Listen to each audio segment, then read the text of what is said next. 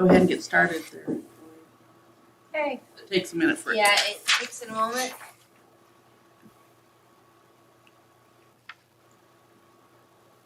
Man, are you on your way? To where? Tonight. Right now, where you at? A half an hour out. We'll make it. We can start a preliminary discussion and We can get it.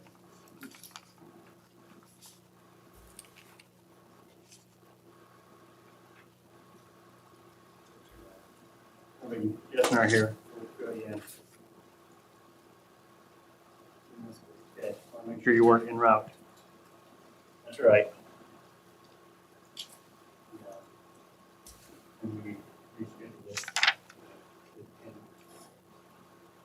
And set one out.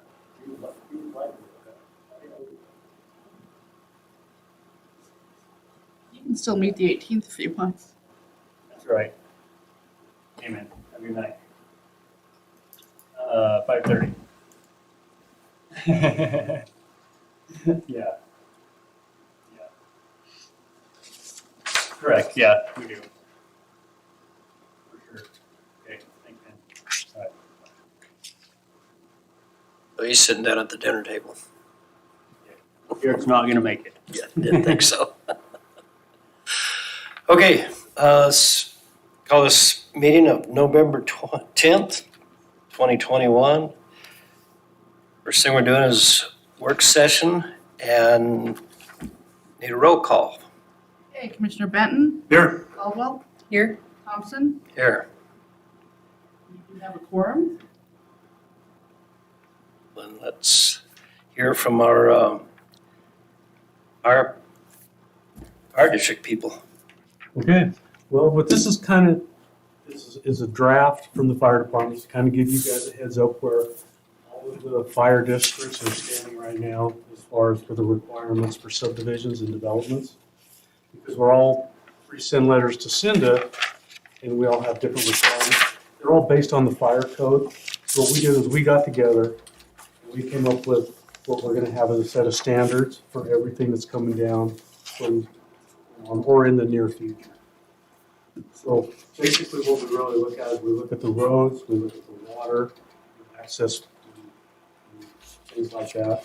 So those are all the same. Some of the other things are like water tanks, or what we get for fire flow requirements. Those are the things that's different a little bit. Everything's the same. So what we're doing is we're just coming together, we're meeting, we're gonna make those the same in all three districts. So you guys get a letter from us stating what the requirements are. They're gonna be the same for all three districts. When you say districts, you're talking McCall, Donley, In Cascade. Okay. Correct. Yeah, and the other thing with this, to have this standard in place for Valley County from the fire departments, this could send us something when a developer walks in, she can say, well, this is what the departments are gonna require. Because right now, it's kind of, like I said, we're all kind of different in what we require. Similar, but having us all with the same sheet of music will be a lot better. And I don't know if you guys had a chance to review this Oh, yeah. or not. We used, Lane County had an ordinance that we got some stuff out of, and then just, like I said, the fire code.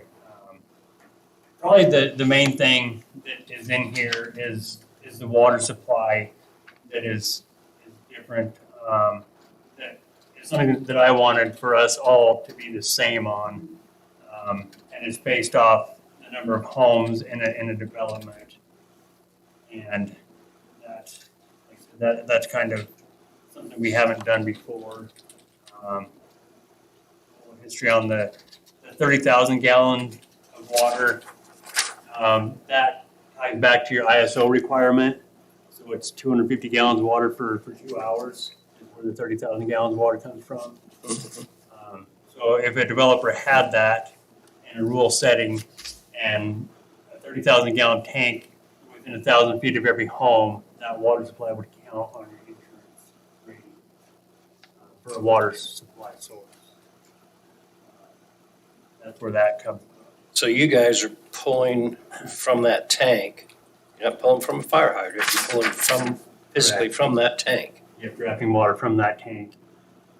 for your trucks to fight the fire. Correct. Okay.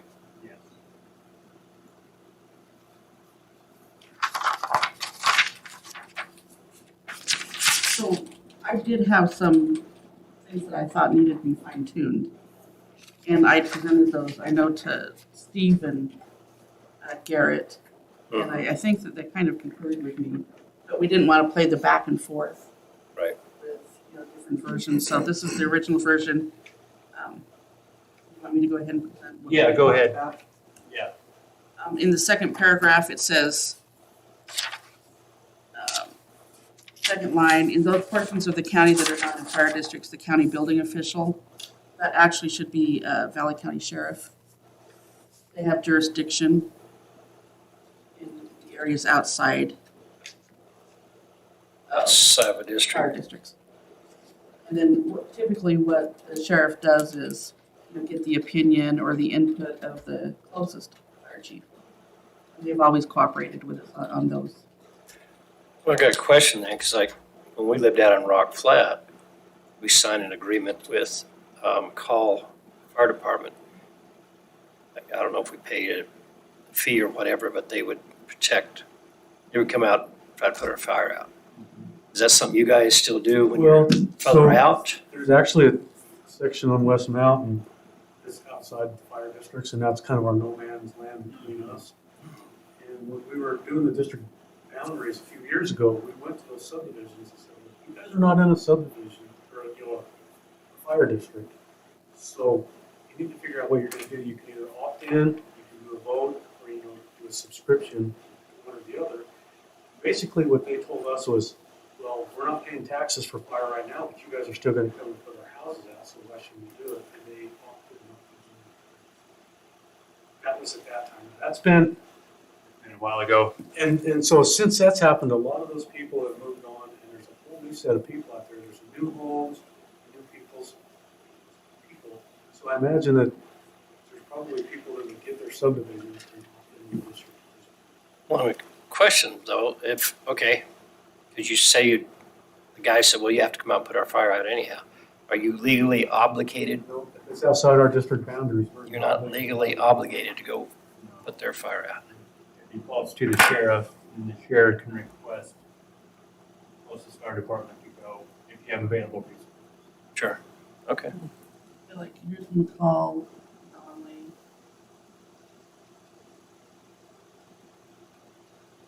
And it's Miss Berry is outside a district, This isn't it? varies a Correct. down Yeah, they're south of ours. Mm-hmm. down in here.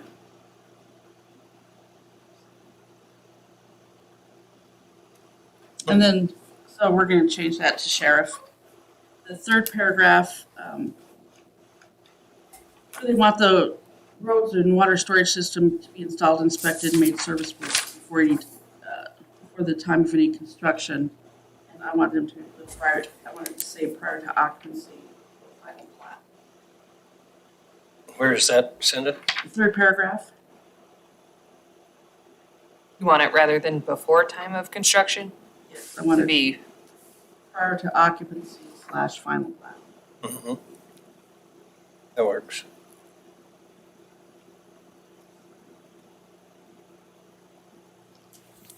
And then the fourth paragraph, this says driveways, that actually should say shared driveways.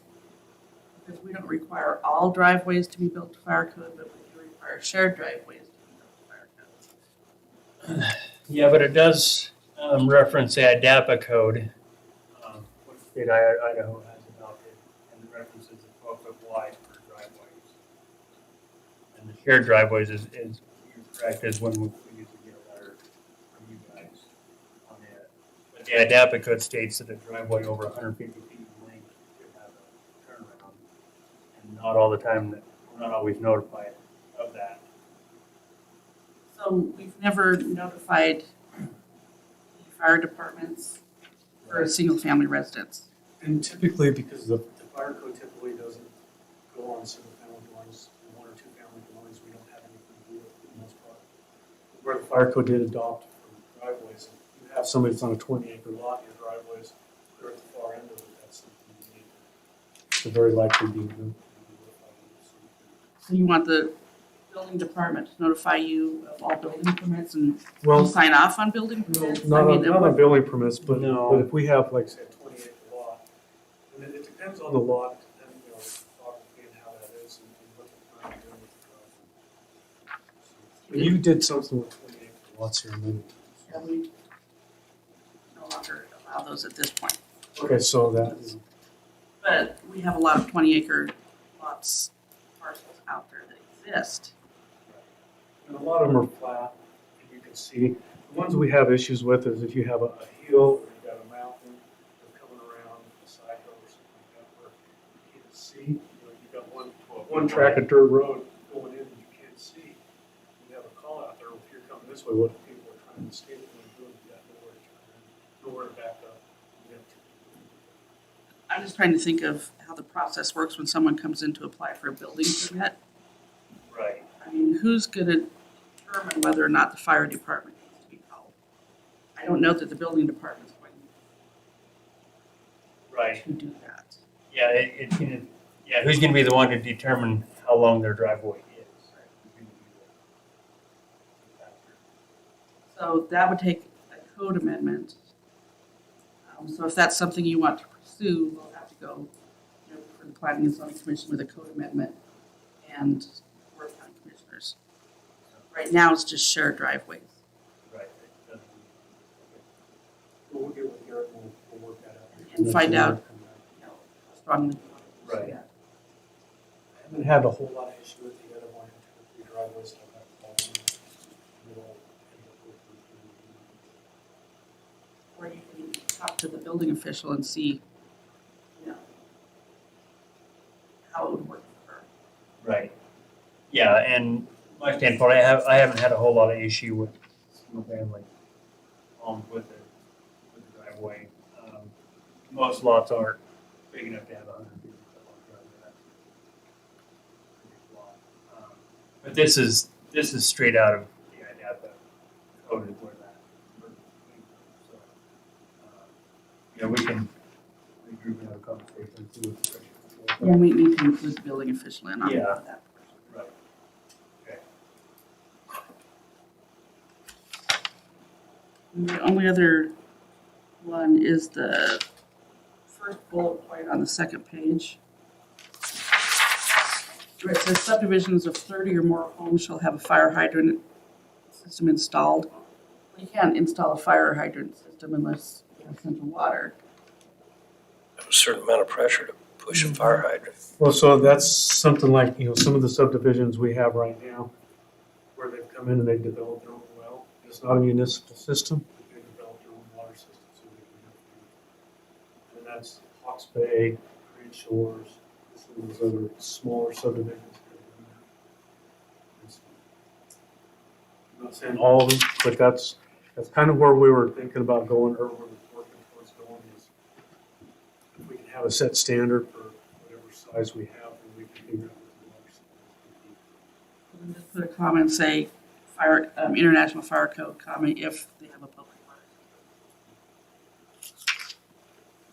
Yeah, it's gotta have an out there, just, See, so, some of these that are closer into the city, that's not gonna be an issue, or, like the one that they're trying to build out by Meadows right now. Some of them I deal with, most of my stuff's farther out in the county, and I have subdivisions of 30 lots out there. I don't see where they can do that. That's something that we want to strive towards, rather than a 10,000. Yeah. right. And some of them might actually have less lots, put in some sort of hydrant system. If they're adjacent to a water system. If you're, this is just hypothetical. Say you're fighting a fire. Say a 2,000 square foot home. You have any idea, have you ever tracked how much water you used? Yeah, so we've used anywhere from 16,000 gallons of water just for a nice, room and content. For a room and contents fire up to 60,000 gallons by the time we get through. That's for a. Uh-huh. Yeah. So we can tell you pretty much every call we use. Because even so, if it's out in a rural area, we set up a water shuttle, because we all respond. If there's a structure fire, we all respond. We have mutual aid agreements. Right. So the first engine will show up, they'll drop a full of tank and start fire suppression. From that point on, you know how much water you used, and then they're shuttling water. We know exactly how much water is dropped in the full of tank. In the flames. It's easier to gauge in a rural fire than it is on a city fire, because we don't know how much water we're pulling out of the fire. Sure. Okay. It's usually the same, depending on the size of it. Yeah, I was just looking at that 30,000 gallon tank, how that relates to a fire. Well, and and also, so when we roll out here on a structure fire, when we roll out of the station, we're rolling out with 3 apparatus, and we're gonna have about 7,000 gallons of water, give or take, depending on which we roll it. And then Cascade will be coming, one McCall will be coming, and they're gonna be bringing another 3,000 gallons. So we're gonna have plenty of water on the way. Uh-huh. Okay. 10,000 gallon shows up pretty quick. The rest of it. Okay. Good information. My last comment is on the vacation rental homes. This is where we kind of conflict, because we allow 12 people in a vacation rental before they have to get the conditional use permit. And this requires 10.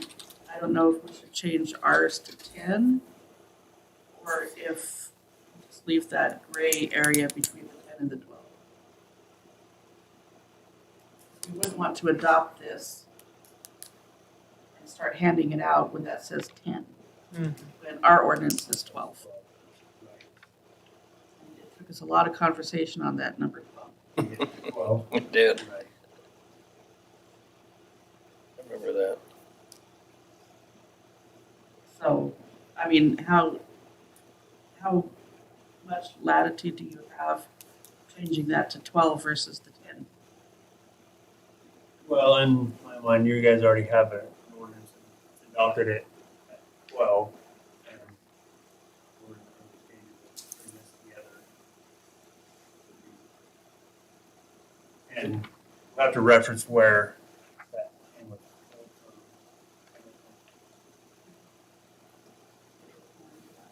Yeah. Cindy, you have approved some 212. We do have them out there. Right. Don't we approve? I don't know, I haven't seen Don's. You're right, I remember this. This is what I'm. I know McCall has 20 or something, but, City. and we have denied based mostly on fire. So we'll just see if we- And this is just for recommendation.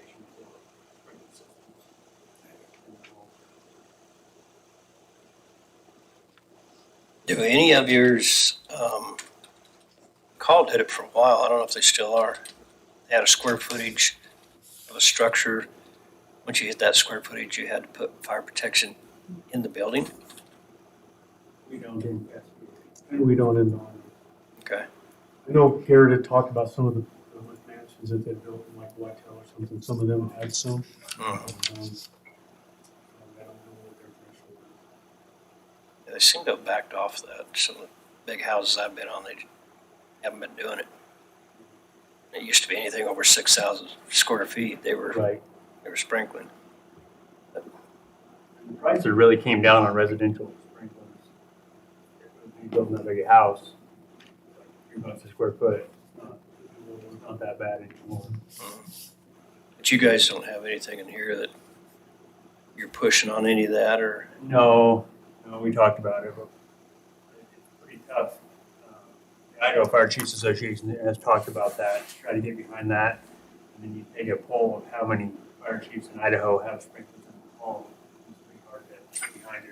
If all of us I couldn't justify it. don't do it either, so it kind of got dropped after Right. that. Okay. So we would like to see it, but it's. Yeah. Okay.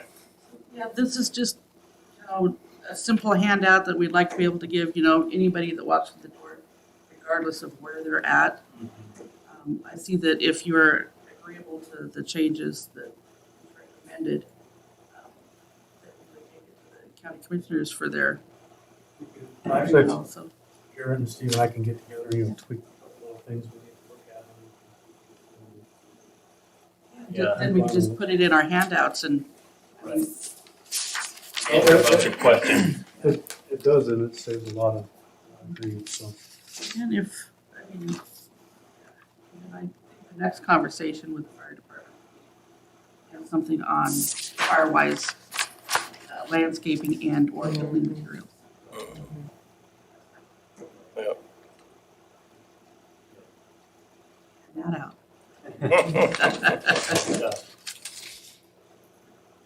All right, fellas. All right. If nothing else. Thank you. Thank you. Appreciate your time. Guys, have a good rest of your evening. You as well.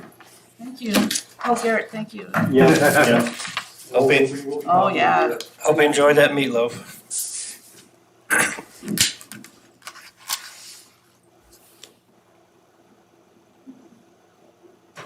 The rest of it doesn't start till 6. Public hearing starts at 6 if you want to take a little break. Maybe Scott will show up by then. Yeah. Okay, so I will mute the recording, but the recording will still be on.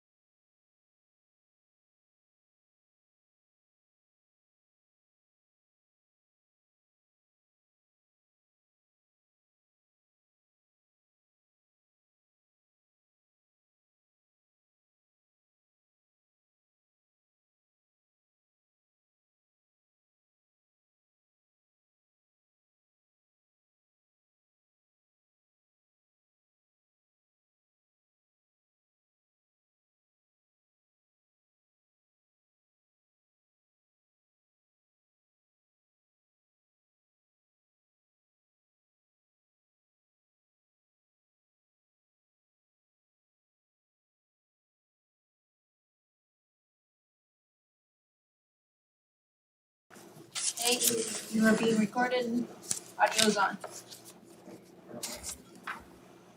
Okay, ladies and gentlemen, welcome to November's PNC meeting. Everybody read the minutes of October 14th? Any questions? Anything you want to pull out? You good? I'll make a motion to accept them as written. Second. Motion been made and seconded. All in favor? Aye. Aye.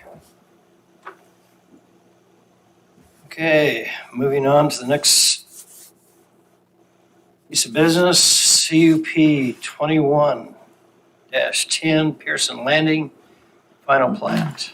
Linda?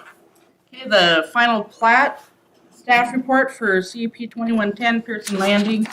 The applicant was BP Properties. Surveyor was Dunn Land Surveys. The engineer was Crestline. BP Properties LLC is requesting final plat approval. The commission will review the final plat to determine conformance with the preliminary plat, approved densities, and conditional use permit. The approval for a conditional use permit preliminary plat was effective May 25th, 2021.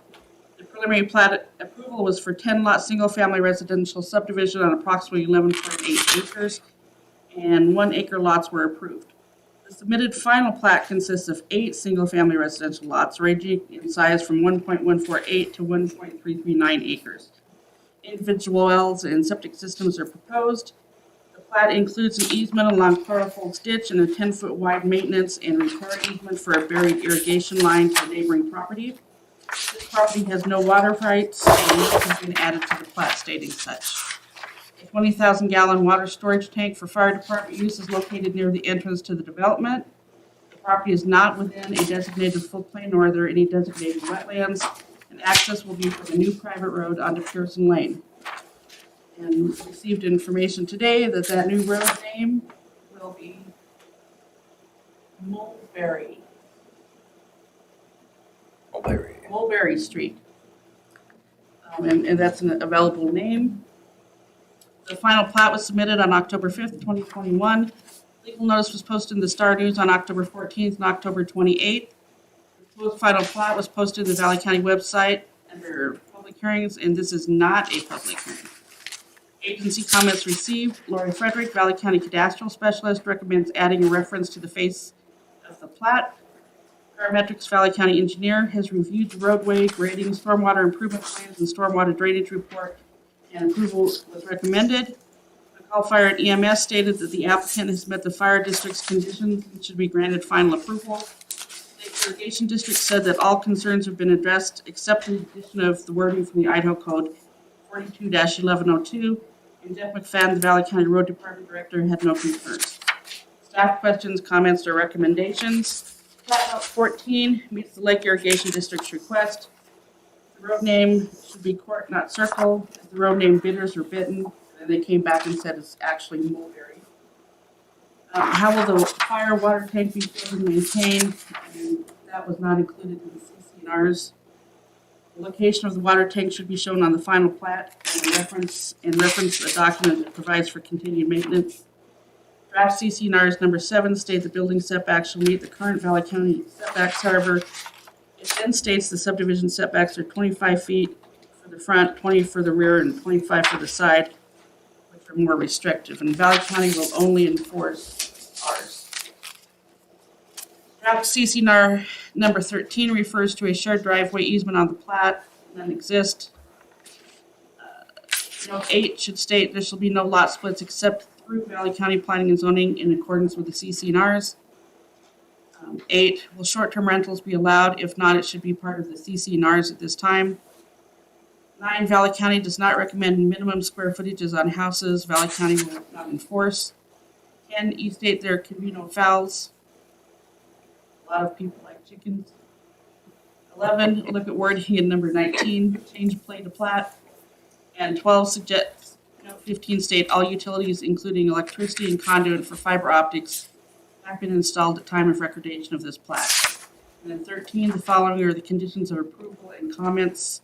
as to whether the applicant has complied with each condition. And as you go through the conditions of approval, 1 check, 2 check. This plat must be recorded by May 25th of 2023. 6, roads have to be constructed in accordance with Valley County private road standards. Those were approved June 21st, 2021. The developer's engineer shall certify that the road is constructed in accordance with the plans approved by the Valley County engineer. And we received that letter September 30th of 2021. The private road declaration is required prior to recordation, and that will be recorded with the plat. The declaration of installation of utilities should be placed on the face of the plat. The letter from Dusty Benton states that all utilities have been installed, including power and fiber optics. That was dated October 11th. A letter of approval is required from a call fire and EMS. That was dated October 12th, 2021. Number 11, CCNR should address lighting, wildfire prevention, and limit each lot to one wood-burning device.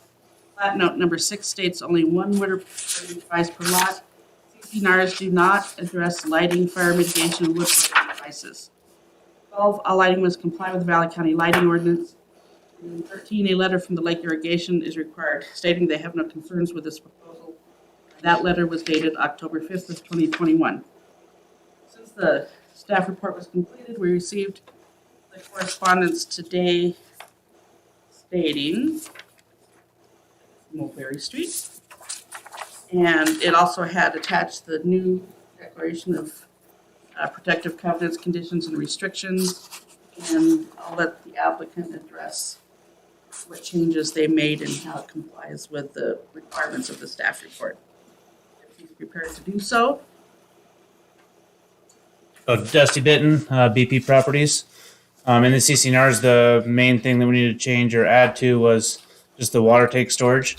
So once enough of the lots are purchased by other individuals, then the HOA will be active, and we're just going to have a yearly checklist that real easy, open up the tank of the lid and make sure it hasn't evaporated. Other than somebody having it fired and needing to be refilled, there's no need to have a private well hooked up to that. So, and then some of those other concerns that Cinda stated in that are in the new CCNRs, as far as chickens and whatever else. No chickens. No chickens. Oh, sorry, Cinda. You're out, I guess.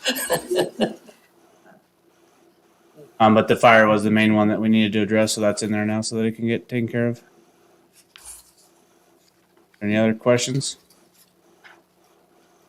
You guys got any questions for Dusty? I don't. I don't. It all looks good, Dusty. Thanks. Noticed the road going by the other day, it's all done. Yeah. Good out there. All money spent. Money spent. Good. Okay, Need a motion there, Neil? entertain a motion. I'll make a motion to approve CUP 21-10 Pearson Landing final plat. I will second that. Authorize the chairman to sign the plat. And authorize the chairman to sign the plat. Got a motion and a second. All in favor? All right. Aye. The motion second. You're right. I remember that. Neil got thrown into the fire tonight. Yeah, literally. Yeah. Okay, moving on. Okay, I lost my.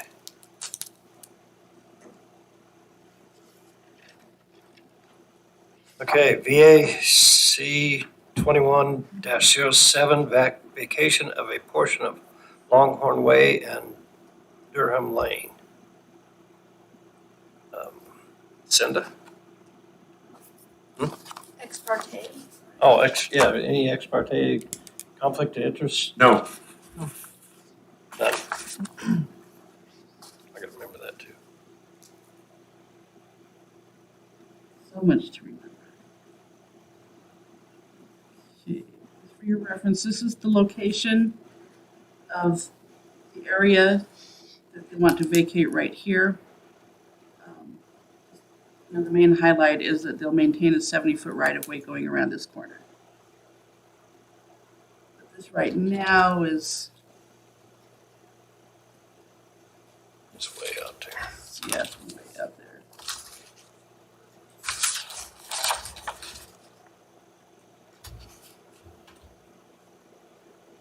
It's like 126 feet long.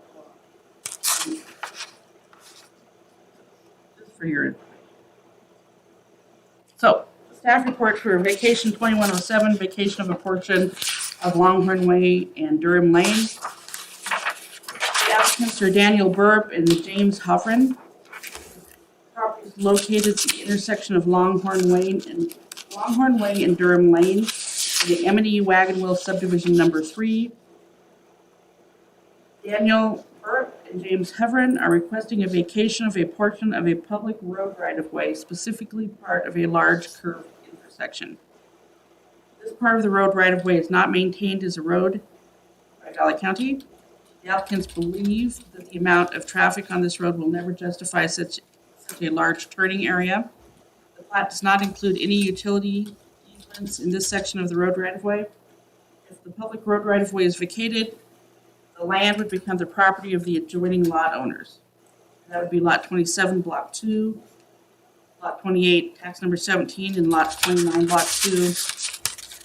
Lot 29, that's Tax Number 17 in Block 2, and then Lot 30 in Block 2. So it would all go to, this portion would go to this lot owner, this portion would go to this, and so forth as you go around that curve. Wagon Wheel subdivision number 3 was reported on October 18th, 1961.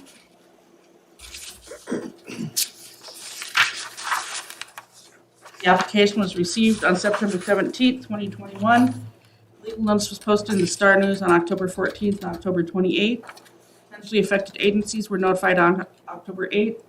Neighbors within 300 feet of the site were notified by fact sheet sent on October 12th. The site was posted on October 28th, and the notice and application were posted on the Valley County website on October 8th. Agency comments received. Laura Lacey, Idaho Power Associate Real Estate Specialist, stated that Idaho Power does not maintain electric facilities within the right-of-way and must retain all existing rights related thereto. Accordingly, Idaho Power requires that any vacation of the right-of-way by Valley County reserved to Idaho Power the continued right to operate, maintain, repair, replace, or otherwise modify or add to Idaho Power's facilities within the right-of-way, including the right of ingress and egress thereto. Central District Health has no objection to the proposal.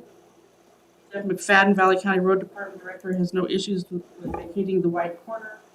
It's not a county-maintained road. Jess Ellis, Donley Fire Protection District Fire Marshal, has no comments or concerns. I received no comments from neighbors. I would like to clarify that Idaho Power is saying that they do have electrical facilities within the right-of-way, so they'll have to, state specifically where those are and retain those easements. Right. Listed Valley County Code 10-6-2 for your review. Your decision is to whether or not the proposed vacation with regard to future development of the neighborhood. The Commission shall also take into consideration the interests of adjacent property owners, of utilities, and of various public agencies where pertinent to the application. In summary, the Planning and Zoning Commission needs to determine if the future development of the neighborhood would be inhibited by the vacation.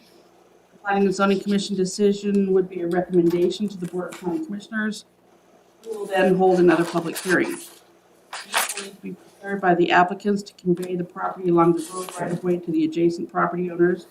Valley County will be the grantor. The deed must include any utility easements as requested by Idaho Power. The Board of County Commissioners will sign a declaration of vacation if approved. And that ends my staff report. Anyone got a question for staff? I don't. Don't either. The, I guess the Idaho Power easement said that they're just gonna be between the owners and Idaho Power. to The deal with? easement, yeah, any document that deeded the property from Valley County to the property owner would contain an easement for continued use of that power. They'll have to, get a surveyor out there to determine exactly where those are, to write up the descriptions for the deeds. Or all the deeds? Yep. Okay. And when you look up here on the map, you can see that it really doesn't go anywhere. It just goes in here and then just comes back out here. It's very Longhorn.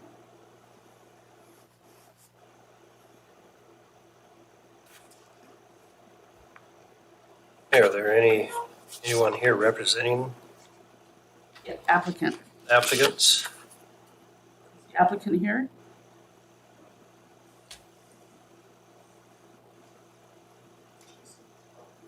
Applicant. Applicant? Like me. Yeah. State your name and address, please. Daniel Burrup, 12879 Longhorn Way. Sure. So better. Anyway, thank you, commissioners and Cinda, and all the work that went into notifying our good neighbors and contacting the various commissions. Certainly, all we're after is we're building a new property or a new house on our property. And our intent for this whole thing is simply, we're going to take care of this. It'd be nice if it was ours and there's really no need for it. It affects our neighbors much more than it does us, but they've got fencing and as you can see, it looks like even one of them has part of his shed in that area. It would kind of take care of all that too. So that's all I have. Is anyone else? Now go down the list, go through proponents. Even before I have this gentleman speak? This gentleman is a neighbor, so he would be a proponent or an opponent. Okay. Anyone that are proponents for this item would like to speak on the phone or in the audience? Anyone that's undecided on the phone or in the audience?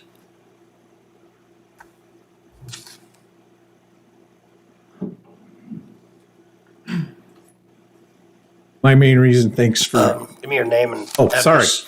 Dean Schecker. We have properties, all the inside properties, 207, 209, 211 on the inside. Basically just here to hear what's going on, understand what's going to happen, or if something happens, just kind of keeping an eye on it, because it really doesn't affect our side too much, but just kind of want to understand what's going on. So Absolutely. just want to be on record that we keep in the loop on how things proceed. So then my business partner right there on the 3 lots, he owns the next one to it. So I'll let him talk if he wants to. So we have all 4 lots across there. So all the way to the lake. Okay. Concern. Thanks. Are you winter is coming? Yes. And actually, I'd like to keep it as a non-maintained road because I know there's a subdivision going in just across on Durham over there. I'm pretty sure the traffic eventually will become more. With that new subdivision going in over there, I think 80 homes, if I'm not mistaken. So it'd be nice if it stays as non-maintained. So I'm kind of for what Dan's asking for. Just want to make sure we stay in the loop. So. And for the record, my name is Jacques Eistock. I'm at 12877 Longhorn. And like Dean said, I'm just here to be on record to say we're interested in what's going on. But I don't think it affects us too much. Yes, thank you. Cindy, did I ask him if he wants to do a rebuttal or just, Just ask if there's any other opponents. are there any other opponents in the audience or on the phone? Seeing none? Would you like a rebuttal, Daniel, or you're good? At this time, we'll close the public hearing and bring it to the table. I don't have any discussions. I don't either. Now, this is pretty straightforward, I agree. Well, in that case, I'd ask for a, Can I make a suggestion? yes, absolutely. This is new. Well, this is a recommendation to the Board of County Commissioners. And so you'll have another opportunity to speak at the public hearing. But you might make a recommendation that you don't vacate closer than 35 feet to the center line of that road. We don't know exactly where that road is in that right of way. You want to leave plenty of room for snow removal. Regardless of who's doing it. Does that make sense that they don't vacate any Too closer much. than 35 feet to the center of that roadway? The center line of the road. That could be clear over.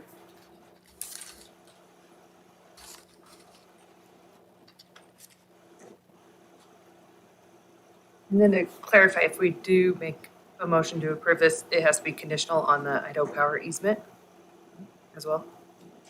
That needs to be included in the motion?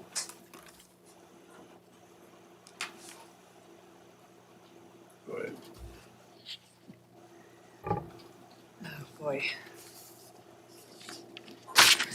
I move to approve the VAC 2107 vacation of a portion of Longhorn Way and Durham Lane with the stipulation that it's no more than 35 feet from the center lane of the road and contingent on any Idaho Power easements for utility purposes.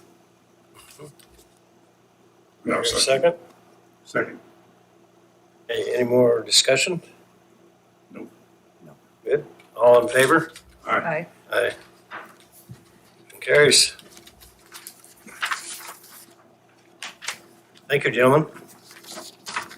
And we will notice you when we get the next public hearing set, because it has to go in front of the county commissioners.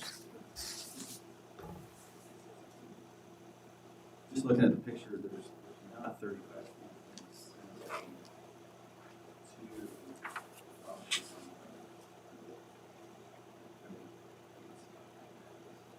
This picture isn't accurate. So center of the current roadway, not necessarily. The traveled way. That line. Yeah, this is not an accurate picture. Would a surveyor The surveyor would figure that out. can figure that one out? Center of the. We'll let you know when the next public hearing is.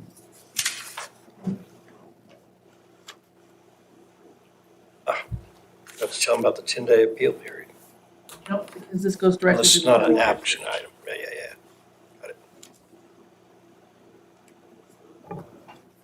Okay, next is CUP 21-30 McCall Woodworks Custom Furniture. And take it to you, Cinda. Okay. Ex parte or conflict of interest? Oh, ex parte contact or Right. conflict of interest? None from my side. None for mine. None. Seeing none, Staff report for CUP 2130 McCall Woodworks Custom Furniture.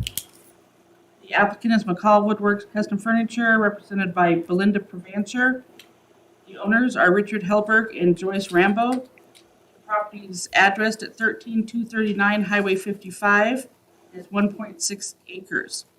McCall Woodworks Custom Furniture is requesting a conditional use permit for a shop to mill logs and build furniture.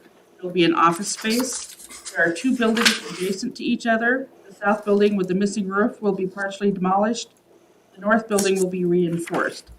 A fenced area will be used to store and screen logs, other materials, and a porta potty.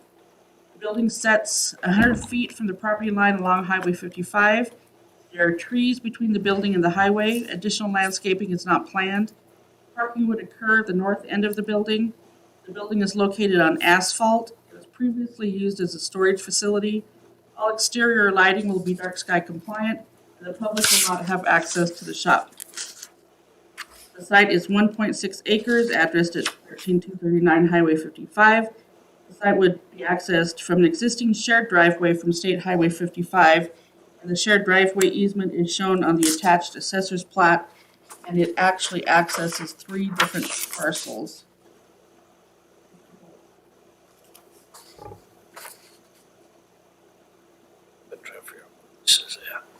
It's- Wallace Lane is here. If you look up at the map. This is where the wood business is, just south of Coho Lane. This is that old building that Tamarack used to store their furniture and things in. That partially caved in. Yes. Now I know where I'm at. You know where it is? Yep. Yep.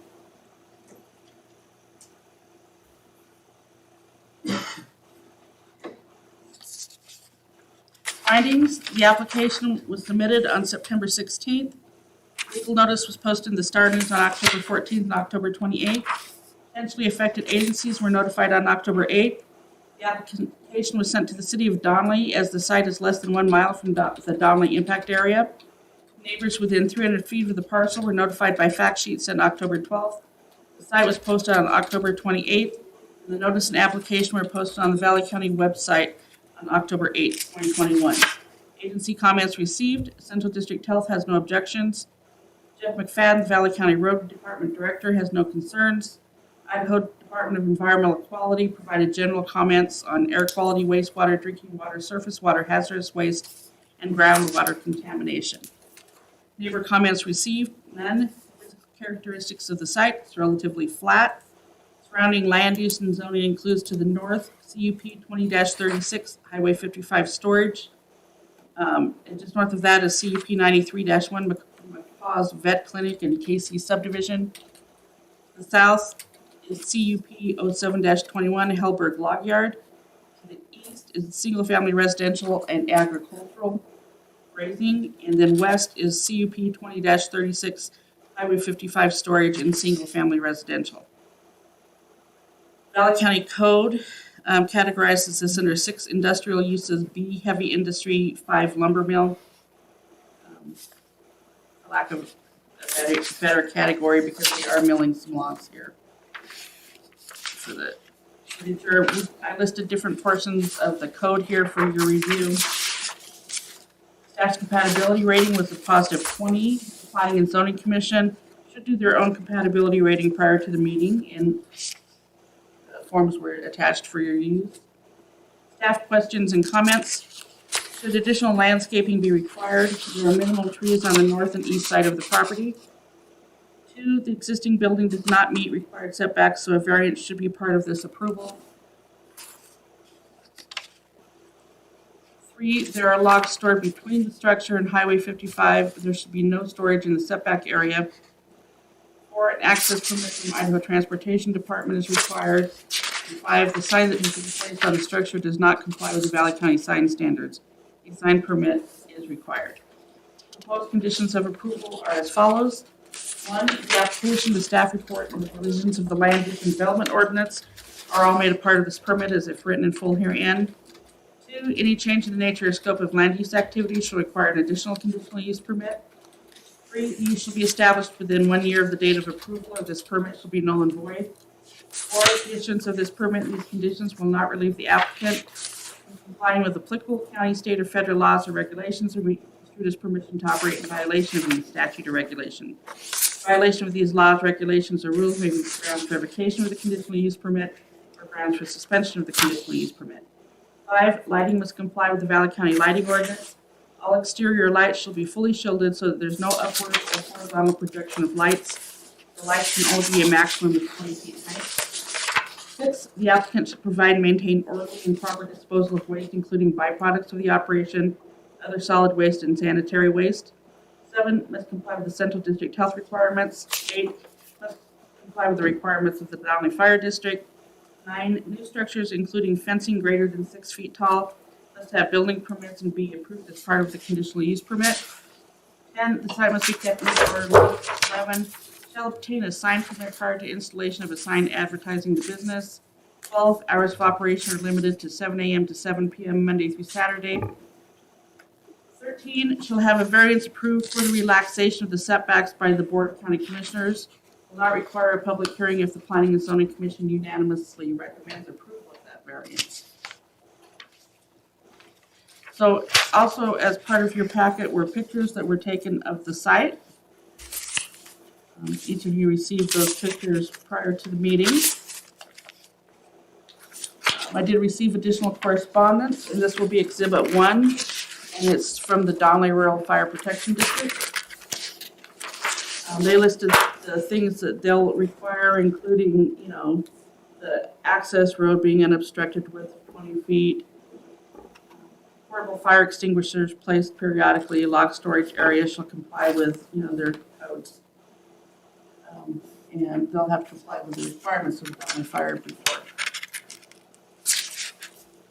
There's some discussions with them. And that ends my staff report, unless you'd like me to bring pictures and stuff up. I don't need it. Yeah, I think we got plenty of information in the packet. Yep. Cindy, is this, so is this new owners or this same owners? They're just starting to do furniture is all? Well, they are not owners. They are applicants that are going to be using the existing facility To do log furniture. to build log furniture because they lost their place to do what they were doing inside the city of McCall. I'll let the applicant talk about that. And now that you say that, I have to rethink that last proposal, condition of approval. I don't know that they need a variance because this is an existing structure. Mhm. So I think we could eliminate condition of approval number 3.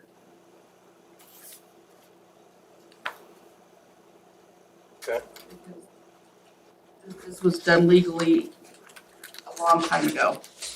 But this is owned by Richard Helberg, and I believe it will be leased. And the applicant is here, and she can tell you how all of that is going to work. Okay, do we have any more questions for Cinda? I don't. Then we entertain hear from our applicant. You broke it. Yes, I did. Belinda Provencher, 296 Smiley Lane, McCall, Idaho. As Cinda mentioned, we had existing building off of Mission Street behind the airport in McCall. Lost that lease. And so we picked Richard's place because we've done lots of business with Richard in the past. And we would be leasing that northern section of that existing building. So I don't know what kind of questions you might have for me. I did draw up some pictures of what that site plat might look like. So we have moved just one section. We've put up a little bit of fencing at the north end to start storing logs behind that and cleaning up that site. The property owner has asked that we now wait until the ground dries out before we start moving a lot more of material. So it will be beginning part of summer before we can finish cleaning up existing logs that are out near the highway. I mean, obviously still on Richard's lot, but within that 100-foot right of way, I guess. But we will have all of our logs ultimately behind fencing. We'll log at the northwest, or mill, I should say, at the northwest corner of the building. Porta potty has already been moved behind fencing, so that is tucked back behind, but. Has that building been, So that's not a current picture. yeah, I was gonna say, So it's two separate buildings. The south building, it's like they had, the walls were connected, but with separate truss systems for the two buildings. So the front section of fence on the east side of the building has been removed. We will build fencing there that will be more of a gate so that when we're open, that's actually where we'll have people pull in to pick up any furniture that they do order. The guys will park at the north end of the property outside of the easement line. Again, we did do a walkthrough with Jess from the Donley Fire Department. And that very first driveway to the east of the trees, between the trees and the highway, that is where the fire department has access. And they said that's more than sufficient. And so we're pretty much in compliance other than fire extinguishers. And we just have to get larger extinguishers in the building is what Jess wants us to do. So we've got air scrubbers, a dust collection system, so forth and so on. Okay. Guys got any questions for? I don't have any, no. I think we're good, Joy. Okay, thank you. Can I ask a question? I'm sorry. No, go ahead. Just for clarification for compliance. In the future, you say the mill will be on the northwest portion? Northwest, up at the northwest corner so that it's behind fencing stuff. And so we'll mill up in that corner and then take the logs in, or the slabs in the end. Into the structure. Correct. You'll be milling outside though, That is correct. for the record. Mm-hmm.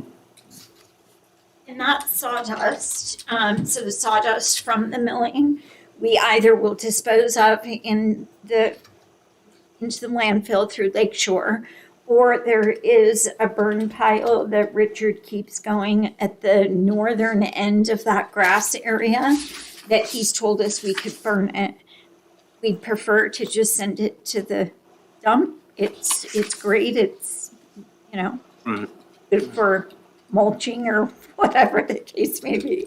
So right now where it shows logs in the picture, is that on the highway side or is it on the other So, side? so at the very north end, you can barely see the little green area. We do have a few piles of stumps out there. We've moved the vast majority of it. Now we can't move the rest. That's what Richard's really not wanting us to touch because that's all just new fill from this last year. And then we do have some logs at the northeast corner. And we've moved about half of that pile. They've milled about half of that pile thus far. They'll try to get through all of it prior to winter. Okay. So we could just put a condition of approval, we must have logs moved behind screening by August 1st, 2022. Sure. Mm-hmm. That'd be great. The word. Okay, Thank thank you. you. All right, do we have any proponents would like to speak on this? Either on the phone or in the audience? You have any undecided on the phone or in the audience? Seeing none, are there any opponents that are on the phone or in the audience? Seeing none, we'll close the public hearing and bring it to the table. Yeah, I don't really have any discussion on it. I don't either. This has been here for a lot of years. Oh, yeah, it has, and they've already cleaned it up from what it was. I mean, So, I mean, where it's located at for milling logs, I think is ideal. Great place. Yeah, I know. I remember where you were at, across CD. Where that? Okay, I would,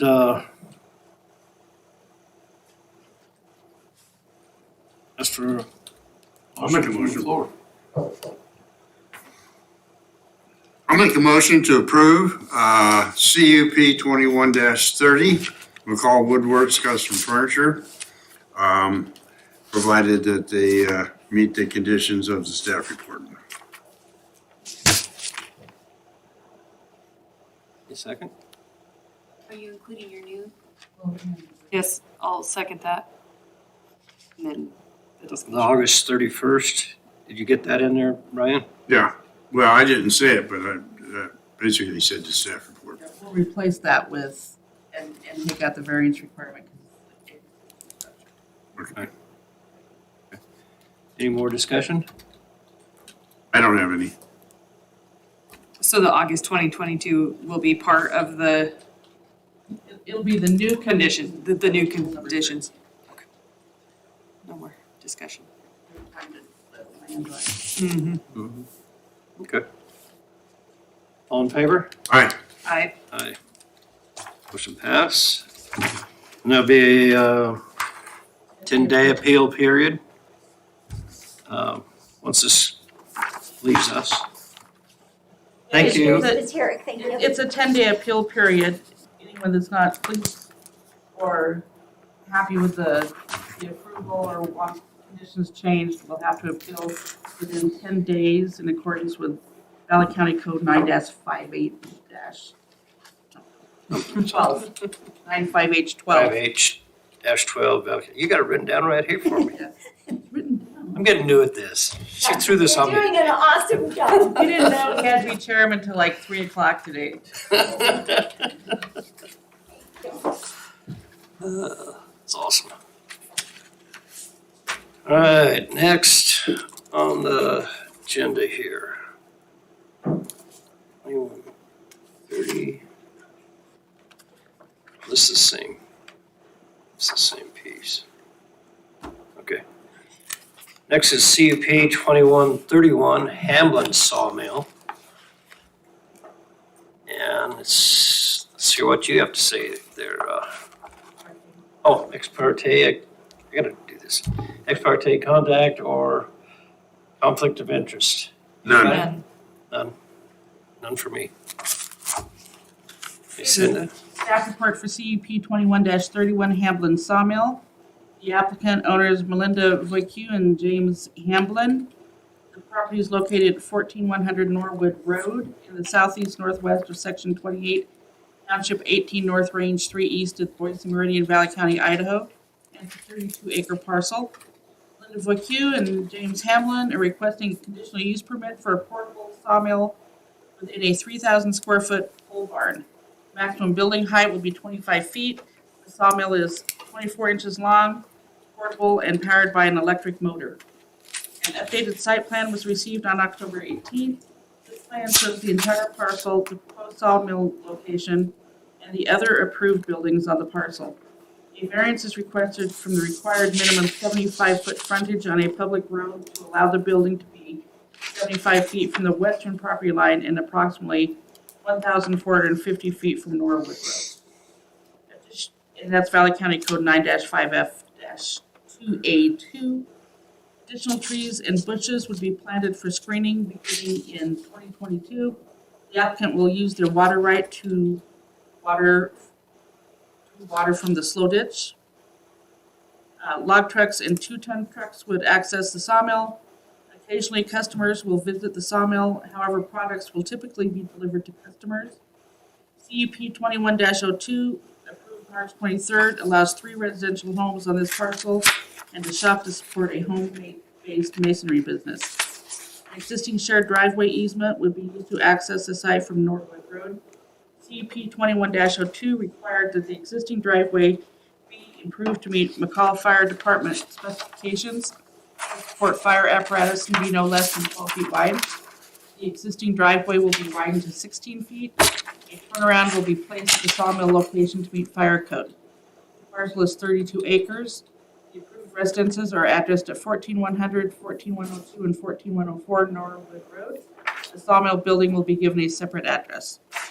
The application was submitted on September 27th. Legal notice was posted in the Star News on October 14th and October 28th. Potentially affected agencies were notified on October 8th.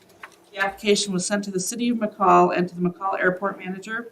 Neighbors within 300 feet of the parcel were notified by fact sheet sent October 12th. The site was posted on October 28th, and the next application were posted on the Valley County website on October 8th. Agency comments received. Central District Health stated that if restroom facilities are installed, a sewage system must be installed to meet Idaho state sewage regulations. Garrett DeYoung, McCall Fire and EMS Fire Chief, has no comments. Jeff McFadden, Valley County Road Department Director, has questions. Will the sawmill bring logging trucks, delivery trucks, etc. onto Norwood Road? Is this a commercial mill for the public to purchase from or private for personal use lumber? There have been numerous approaches approved along that section of Norwood Road, with more to come. Idaho Department of Environmental Quality provided general comments on air quality, wastewater, drinking water, surface water, hazardous waste, and groundwater contamination. Neighbor comments received none. Physical characteristics of the site, it's slightly sloped. Surrounding land use and zoning includes to the north, single-family residential and agricultural, south, single-family residential and agricultural, including CUP 21-15, which is the 360-degree ranch subdivision, which has been approved, but a plat has not yet been recorded. The east, single-family residential and agricultural, and to the west, single-family residential and agricultural. Valley County Code categorizes this under 6 industrial uses, B heavy industry, 5 lumber mill. And I listed different portions of the code for your review and highlighted the portions about, the light fixtures more than 20 feet high. And then the portion that requires the 75 feet of frontage. The setbacks for heavy industrial. It states you have to be 1,000 feet from any residential development or commercial use unless the impacts are adequately mitigated by implementation of standards as approved by the commission. You'll have to determine if their mitigation adequately mitigates any impacts from their electric motor sawmill. That's one of the things you'll have to decide and discuss. And then the whole fencing issue. Staff, questions, comments? How many employees will you have? How large will the maximum size of your log deck be? The height, length, width. What is the maximum number of trucks per day? The lighting plan states no higher than 30 feet with full cutoff shields and a motion detector. Maximum height per Valley County Code is 20 feet. What is the setback from the southern property line? How many trees will you be planting? Should additional landscaping be required? The site is within the Lake Irrigation District. You'll need to confirm your operation plan with them. The site is within a herd district. Landowners are required to fence livestock out or in. Valley County Code requires 75 feet of frontage. The easement is only 50 feet wide. The definition of frontage is a strip or extent of land abutting on a street. You can either require the applicant obtain an additional 25 feet of easement for a 75-foot frontage or recommend approval of a variance to the Board of County Commissioners.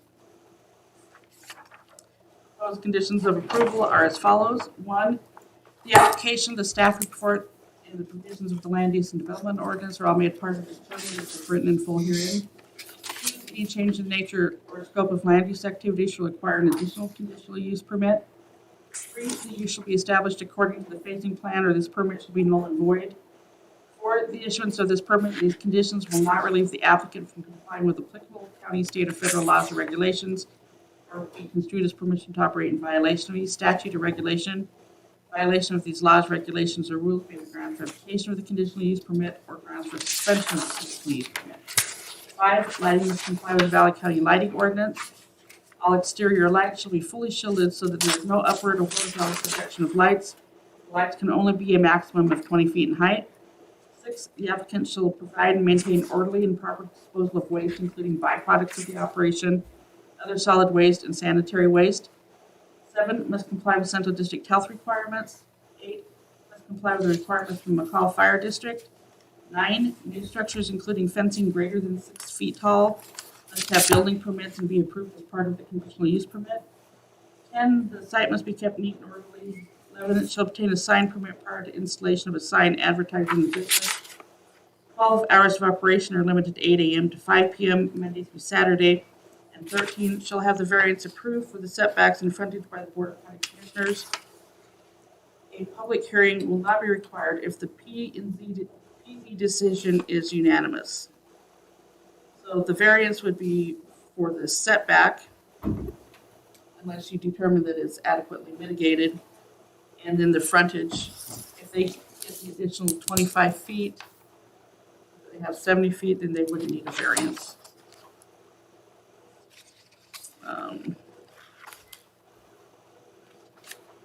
And let me pull this one up.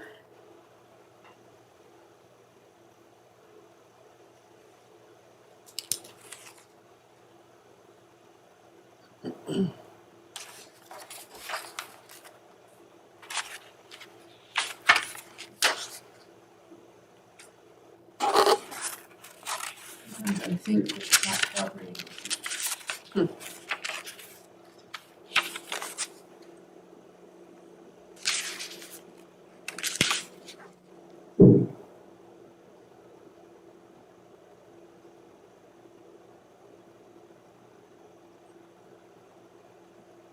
It's kind of hard to read. So, here's their parcel. Right there. That's the 32 acres. They access along here with their easement to their 32 acres. They previously received the CUP to put 3 houses here, one for themselves, one for guests, and one for mother-in-law. And they have a shop where they, run their masonry business out of.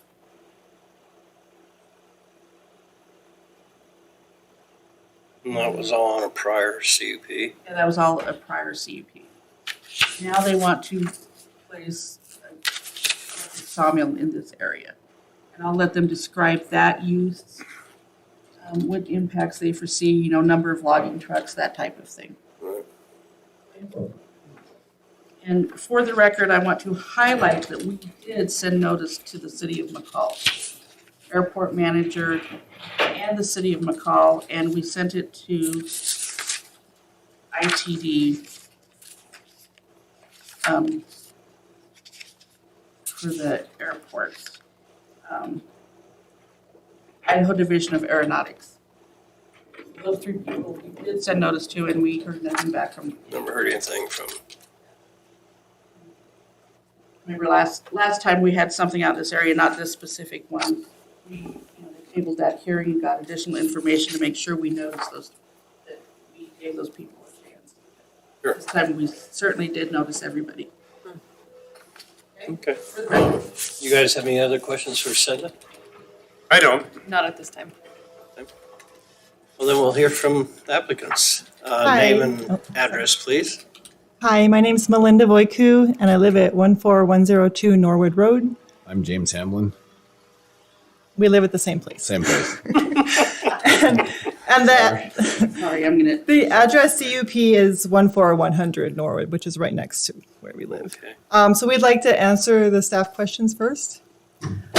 We intend to both work at the sawmill, and we could be classified as employees, depending on how we set up that business model. In addition, we could possibly hire up to 2 more. That would be maximum two employees in the future. Our maximum log deck size would be 4 feet high by 24 feet long by 12 feet wide. And the maximum number of log trucks per day, it would depend on availability, demand, and the time of year. But at times we could stockpile logs and have maybe up to two in one day. But other times we won't have any for quite a while. We're estimating the average will be around 1 per week. We have a 2-ton truck, and we'll be making deliveries with that. We would say a maximum would be two trips per day, but there'll be lots of days we don't do any trips. And the outdoor light on the CUP application, I accidentally put 30 feet, but I meant 20 feet. So we will comply with the 20 feet fully shielded outdoor lights. And we intend to turn off all lights when we're not actually there. So we like it really dark. The next question, the southern property line is a side setback and is a 75-foot setback. And the next one was about landscaping. And we intend to plant aspens and lodgepole pines. So they both grow quickly. At 15-foot intervals along the south and west. sides of the pole barn and the mill. The spacing will gradually increase as we go to the north, away from the actual building, up to 35 feet intervals. And the trees will be at least 2 feet tall, and we will plant at least 30 trees. Also, additional landscaping was mentioned. We would plant things like lavender or tall ornamental grass to fill in the gaps between on the south and the west side.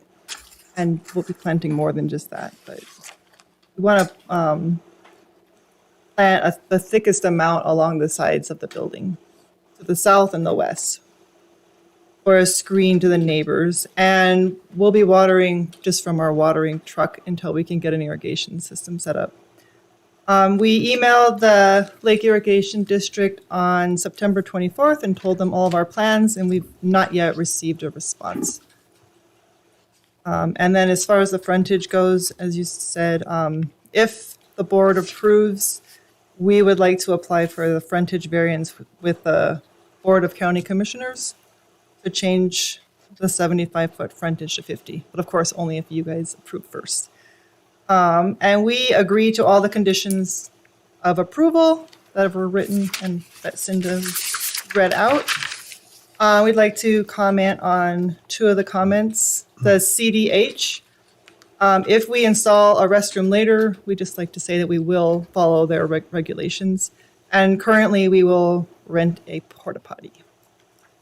And to Jeff McFadden of the Valley County Road Department, we just like to say we plan on milling wood for ourselves as well as selling lumber and beams to the public. So it will be a commercial operation. And then again, he had questions about the log trucks. So there will be log trucks and 2-ton trucks accessing the Norwood Road access point at the beginning of our driveway. And the amount will vary throughout the year. We will not have daily log trucks or daily 2-ton trucks driving there. And then we just wanted to say a few things about the findings that were highlighted in yellow that were on the paperwork we received. Let's see, we just wanted to note that we're asking for the frontage variance from 75 to 50 feet due to it being a rather unique situation where it's a driveway entrance and the actual property and mill site is 1,400 feet away from the entrance. Let's see here. Yeah, and the other variance we're asking for is to the west of our property, which is the front, considered the front because of Norwood Roads to the west. And which for heavy industrial is 150 feet from the property line to your mill site. And we would like to ask for a variance on that also, because we're not actually up against a road. And as noted to the south, the 360-degree ranch has been approved. And we walked around out there. There's stakes already out there for what they're thinking about proposed building sites. The closest one that we found was over 300 feet from the pole barn site. Of course, that's just proposed. They don't have their final plat in or anything. So to help with that, we are focusing on heavily landscaping the southern part, keeping it neat and orderly. And so they're looking north, though. It shouldn't be an eyesore, I hope. I mean, that's our goal. So that's how we're asking for that variance. We're asking for a few variances. Let's see, parking. So we will have room for parking to the northwest of the pole barn. So it'll be kind of tucked into a little sloped area and shouldn't be an eyesore. And we will gravel that area too. And fencing, there's no fencing needed as there is no hazard and the cattle there do not need to be fenced out because we live in a herd district. So There's no grazing out in that area? There is, there was, but the area has all been bought up by the McCall Ranch areas. Used to be all grazing. And to the north, let's see, that next property to the north of that pink line there was grazing there this year, but now they're out developing in full swing out there. So I'm not sure what's going to happen next year. They just leased their graze land, I think, right, for this year. until they got started on their development. So it's all in transition out there. So, Cindy, would that be, if there had to be fencing, would that be on these folks? Fencing. This is a herd district, so the people with cattle need to fence their cattle in. The people with cattle, not these guys. Yeah, Okay. Question I got. that's a good And question. the fencing requirement in heavy industrial is, you know, for security, if it was a hazardous area to keep kids out and things Sure. like that. I got one question. Is the whole sawmill going to be underneath this pole barn? Yes. So you'd be milling it underneath? Yeah. Helps you from getting wet Yeah, and the wind. in the wind. Yeah. You guys have any questions for the applicants? I don't. I don't. I guess, Cindy, I got one question for you. This heavy industrial uses where it shows the 150, then 100, and then 75. Does all that apply here? I know we were talking about that originally. Yes. Yeah, those are the setbacks. That's what I was gonna ask. It seems like there's two variances. Could you clarify the two? Are there-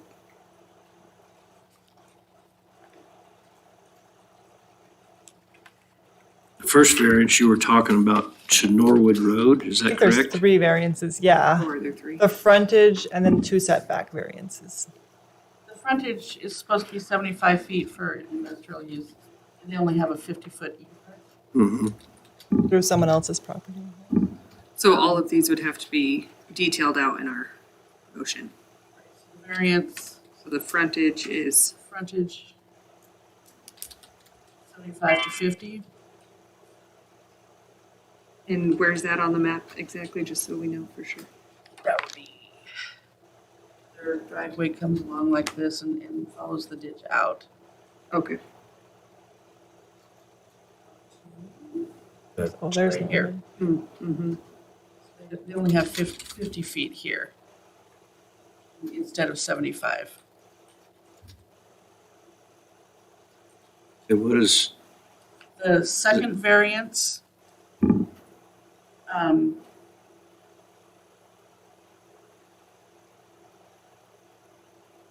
well, the second thing you need to do is determine whether or not they've adequately mitigated with landscaping and things to screen the use. And if not, because that, let's see, it says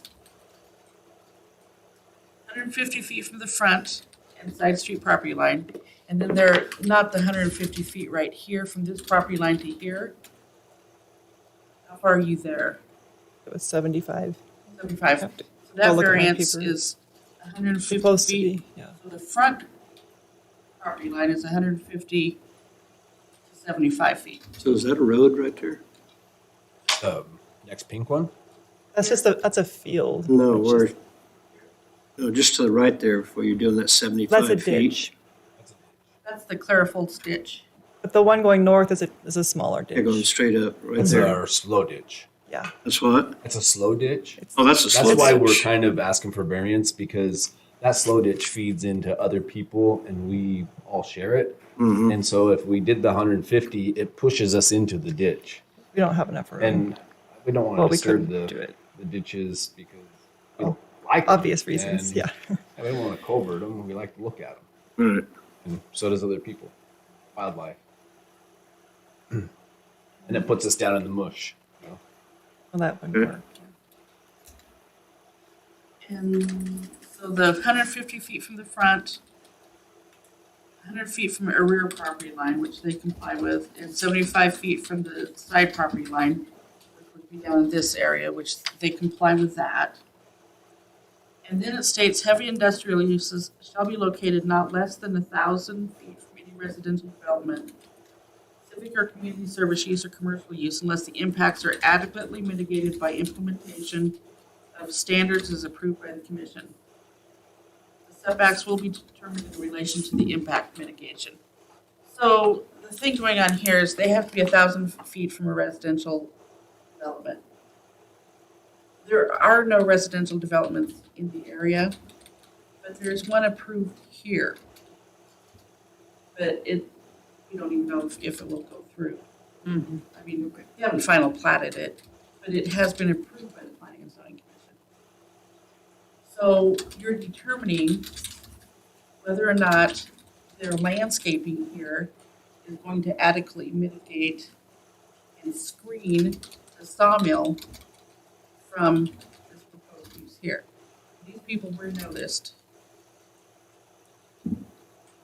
Yeah, we had no, Does that make sense? we had no comments at all from anybody. And then the fencing wasn't required. So the variances for the setback, 150 to 75, and then the frontage. If it's a unanimous decision on the recommendation to the board for those two variances that were in here, then they won't have to have a public hearing. Does that clear up that? Mm-hmm. I do have one comment or question. Is your landscaping, you said 2 feet. Trees will be Minimum. Minimum, is there a minimum? To start. There are minimum Okay. standards in the ordinance for. Oh, maybe I trees. missed it. What did it? Oh. 50% of them shall be 24 inch or 24-inch box size or larger with 15-gallon size. Okay, is there a height? Is that 24-inch the height then? This requirement. Box size? I don't know that. I just want to let you know that we Okay. have the standards here that you have to comply with. 9-5-4, they have pictures of how to do it. Okay.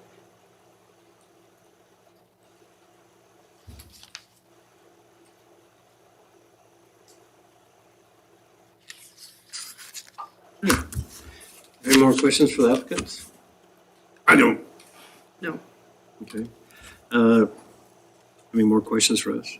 No. Okay. Let's close the public hearing and, That's what we need to do, Hmm? undecided that's what I'm fixing to do. components. We don't place, okay, I'm learning. Okay, ask for any proponents to want to speak on the phone or in the audience. Ask for any undecided on the phone or in the audience. And ask for any opponents on the phone or in the audience. Seeing none, we will now close the public hearing. Bring it to the table. Any discussion? I don't have any discussion, I really don't. I don't either at this time. So, can I ask some questions then? You bet. Draw some discussion out of you. This will have, I mean, this is a more, do you feel like this is compatible with surrounding land uses? From what I've seen in the location area, I don't see a problem with it, especially being an electric sawmill. Yeah, it's pretty rural out there. I don't seem to think that that's gonna degrade the area at all. Will future developments have the same easement on the road coming in off of Norwood? Will future developments have the same? Use the same road coming in off of No, Norwood? they have their own road that comes in, Okay. like, their road comes in, like, right in here and crosses the ditch. Okay. Would there be any requirements for dust abatement? With, And puts them on. with logging trucks and other trucks coming in? Not that there's a lot of homes around, but it's a concern in the summer. So we must keep driveway dust controlled, Mhm. dust controlled dust on driveway. You have log trucks coming in and out. The question I do have is, since we're talking about that, 'cause we just meeting with our fire department people on the road that goes in, It would have to be maintained to a 70,000 pound it's gonna have to be, requirement, such as the fire districts require, correct? Yeah, one of the conditions is they have to comply with the McCall Fire. well, that's in here then. That is.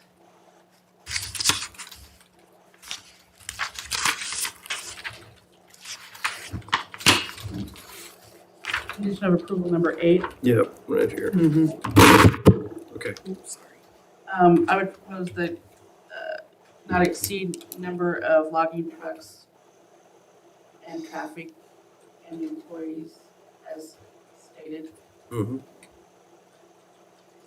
What would they do if they wanted to increase They that? would have to amend their, So they'd have to come back. if they want to increase, then they have to come back. That was what, maximum of 2 per day, 1 per week, 4 employees. Mm-hmm. 2 of them. You know.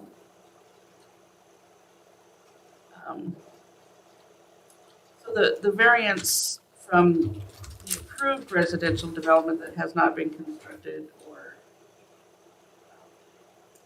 finally approved, final plat or anything on it. Do you believe the proposed landscaping will adequately mitigate the impacts to that residential subdivision? Oh, absolutely. Oh, yeah. With it being in a pole barn, I would especially agree. Should mitigate. Mm-hmm. Yep, I think they, Do they have a contingency plan on sawdust? Would they have that if they have an electric sawmill? Have a what? Sawdust with the, do they need to, or did it say in there? I don't think so. They have to have an orderly and proper disposal of waste, including byproduct of the operation, solid waste and sanitary waste. Development will have to properly dispose of that. I suspect that most of it will go down into flooring for the sawmill. Mm-hmm. There's a market for it, but we'll let them. Yep. Go with that. Burn pile, something. Um, thing I-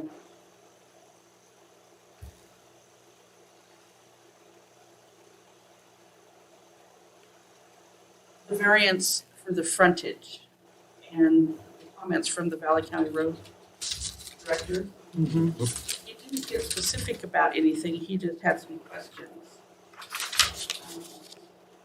And so you could put a condition on here that the approach meets standards for heavy industrial.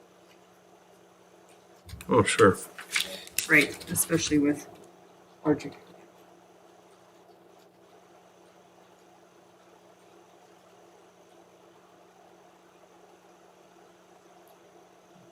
Nobody else commented. Yeah, didn't, Yeah. nothing. So.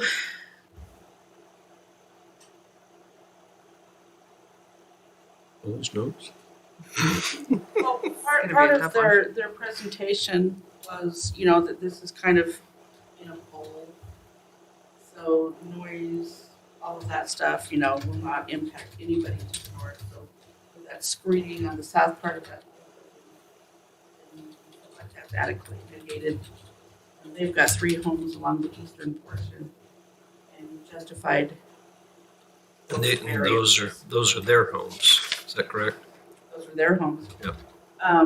The 150-foot setback to the 75 is because they don't want to interfere with those ditches as they lay. Mm-hmm.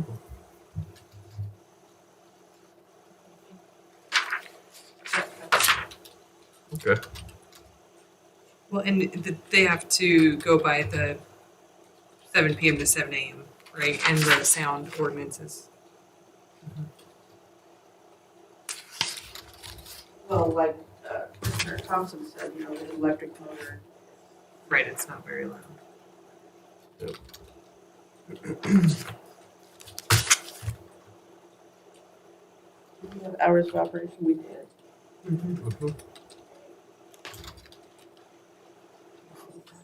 Yeah, I think it's pretty well, Do it, yeah, very well put together. go for it. I thought it was very well put together, okay? I will move to approve CUP 2131 Hamblin Sawmill Oh, with the contingency that the approach must meet standards for heavy industrial use. Adequate dust abatement must be provided in summer months.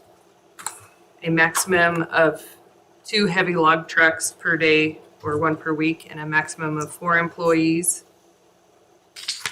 Along with other conditions of approval be met, and recommend that a variance be put forward to the Board of Commissioners for the frontage road to go to 75 feet to 50 feet, and the other variance from 100 feet to 75 feet.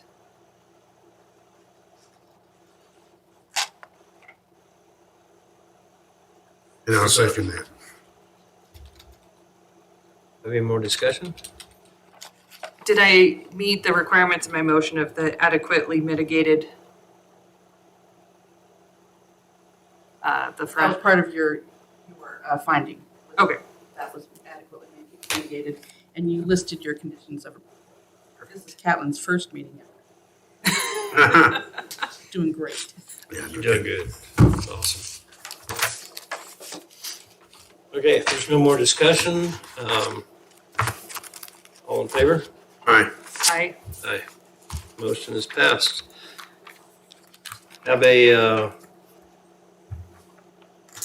10-day appeal period to the County Board of Commissioners in accordance with Title 9-5H-12 of the Valley County Code. You don't like what we said. Good job. And since this was a recommendation for the variance portions, and it was a unanimous decision, we will just put this on an agenda for the Board of County Commissioners. It will not be a public hearing. So we'll let you know when we get that set. Thank you. No break? Need a break? No, I don't. All good? I'm okay for now. Okay, next up. CUP 21-32 Lake Fork Village condos and offices.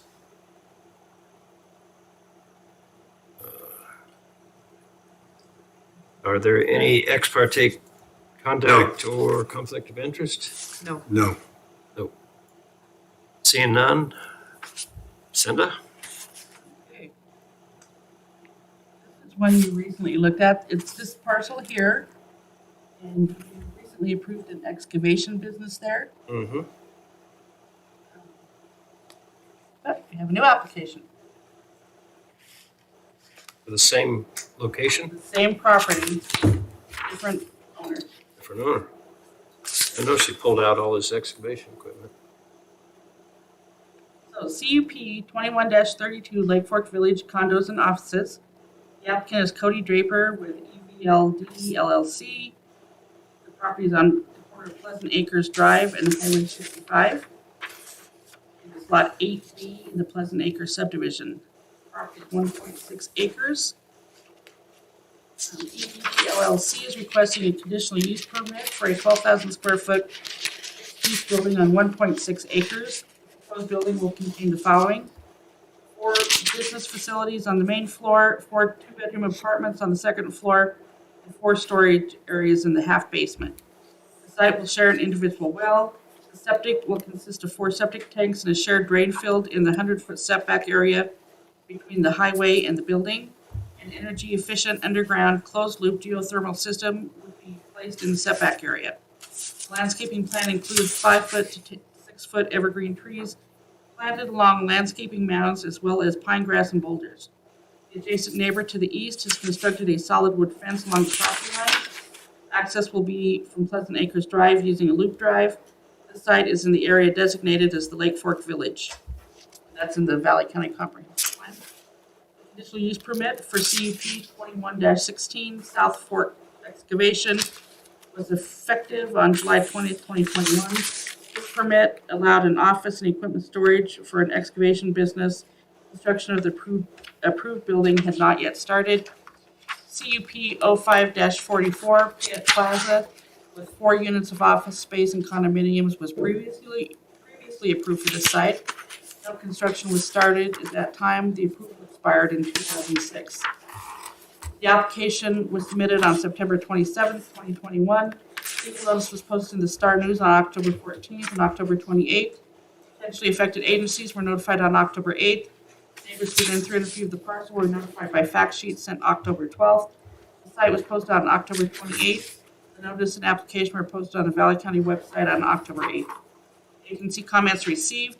Central District Health stated that if restroom facilities are installed, a sewage system must be installed to meet Idaho state sewage regulations. They will need to be informed of the exact business type proposed to determine wastewater flows, and the type of businesses may also require a public water system. Garrett DeYoung, McCall Fire and EMS Fire Chief, will require a 30,000-gallon water storage tank to be installed, inspected, and made operable prior to building construction. It will need to have a monitored automatic fire sprinkler system installed. Fire extinguishers will be required every 75 feet of travel distance in the business portion in each dwelling. Jeff McFadden, Valley County Road Department Director, stated he has already approved approaches for this site and has specified distances from Highway 55 intersection for the approaches. Idaho Department of Environmental Quality provided general comments on air quality, wastewater, drinking water, surface water, hazardous waste, and groundwater contamination. Neighbor comments received none. Physical characteristics to the site is slightly sloped. Surrounding land use and zoning includes to the north irrigated grazing land, south currently bare land approved for CUP 21-05 Lake Fork Industrial Area. And that's this one here. This was approved last winter. And they're going to have 3 to 4 buildings with, I believe they have some apartments on top here. Yeah, that was unique AR, wasn't it? Yeah, in here they're waiting to construct according to what people want. Mm-hmm. And then to the east, single-family residential, and west, single-family residential. The proposal is categorized under 2 residential uses, F condominium, townhouse, or other multifamily residence, 5 commercial uses, D area business. The different portions of the Valley County Code here, they kind of highlighted, the parking requirements. Staff's compatibility rating was a positive 19. The Planning and Zoning Commission should do their own compatibility ratings. Staff question and comments. Site plan appears to have access from both Pleasant Acres Drive, 2 entrances, and Highway 55. And then I asked whether the Highway 55 access would be an emergency gated access. We had discussed this one last time we had a public hearing. And there's this driveway that goes across the property. I don't believe they have a written easement of any sort. And I don't know if they fenced this off or not. That's kind of where my question was leading. Will the apartments and offices have the same tenants and/or internal access from office to apartment? Or will it be like 8 different offices? You'll need to work with Central District Health to appropriately size the septic and may have to limit the uses and/or number of employees. You may want to create a guideline that specifies uses allowed and maximum number of employees after talking with Central District Health. We did something like that down in Swains Lake Fork Business Park, where they were approved for 6 commercial industrial uses, but they have a limited number of employees based upon the septic that they did there. Anything beyond that, they would have to increase. Right. So that's what I kind of foresee is limit the type of office or commercial use, or the number of employees. What will be the hours of operation for the businesses? How many parking spaces will be provided? Will there be parking on the west side of the complex? A more detailed parking plan should be provided. Where will you bury the 30,000 1,000-gallon fire storage tank, and will you be hooking up a well to replenish it? Will the apartments be short-term rental units, and who will manage the facility? Proposed conditions of approval are as follows. 1, the application, the staff report, and provisions of the land use and development ordinance are all made part of this permit as if written in full herein. Any change in the nature or scope of land use activities shall require an additional use permit. 3, the use must be established by December 31st, 2023, or this permit shall be null and void. 4, the issue, and if the applicant wants a longer time period, you specify that. 3, the use shall be established. 4, the issuance of this permit, these conditions will not relieve the applicant from complying with applicable county, state, or federal laws or regulations, or be construed as permission to operate in violation of any statute or regulation. Violation of these laws or regulations or rules could be grounds for revocation of the conditional use permit or grounds for suspension of the conditional use permit. 5, it must comply with the requirements in the fire district. A letter of approval is required. 6, lighting must comply with Valley County standards. All lighting must be full cutoff. Lights cannot project onto other properties. 7, the site must be kept in a neat and orderly manner. 8, the stormwater management plan shall be approved prior to excavation of the site. The fee for engineering review should be reimbursed at 105%. 9, it shall obtain Central District Health approval prior to issuance of a building permit. 10, landscaping shall be installed prior to October 1st of 2023. If landscaping dies, it must be replaced. Noxious weeds must be controlled using proper land management principles. 11, a minimum of 1 tree shall be planted for every 25 feet of linear street frontage along the north, east, and western property lines. The trees may be grouped or planted in groves. 12, there shall be only 1 ground-mounted sign in the 100-foot setback. Signage can also be located on the building. 13, parking is not allowed in the 100-foot setback area. 14, must have an approved approach permit from Valley County Road Department for both driveway entrances from Pleasant Acres Drive. 15, business hours of operation are limited to 7 a.m. to 7 p.m. Monday through Saturday. And I have no additional correspondence. How many acre site is that? 1.6. 6 acres. Our density limitations are 2.5 dwelling units per acre, unless they're long-term rentals, and then they can exceed that. Okay. Just thinking in that 100-foot setback, I remember talking with that other guy. He could drive on it, but he couldn't park nothing on it, right? So, you can drive on the 100-foot setback, but you can't park. But if you look at the proposed site plan, he doesn't have a driveway up there. That's where his drain field is going to go, and his closed loop geothermal system.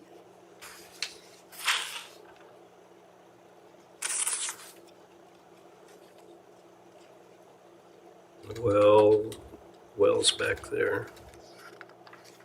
Closed loop geothermal.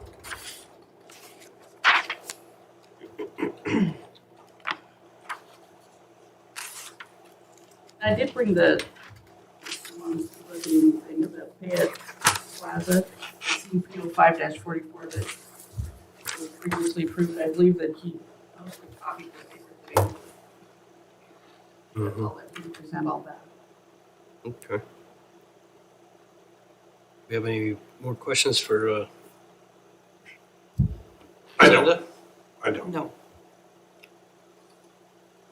Well, at this point, we'd hear from the applicant, Cody Draper.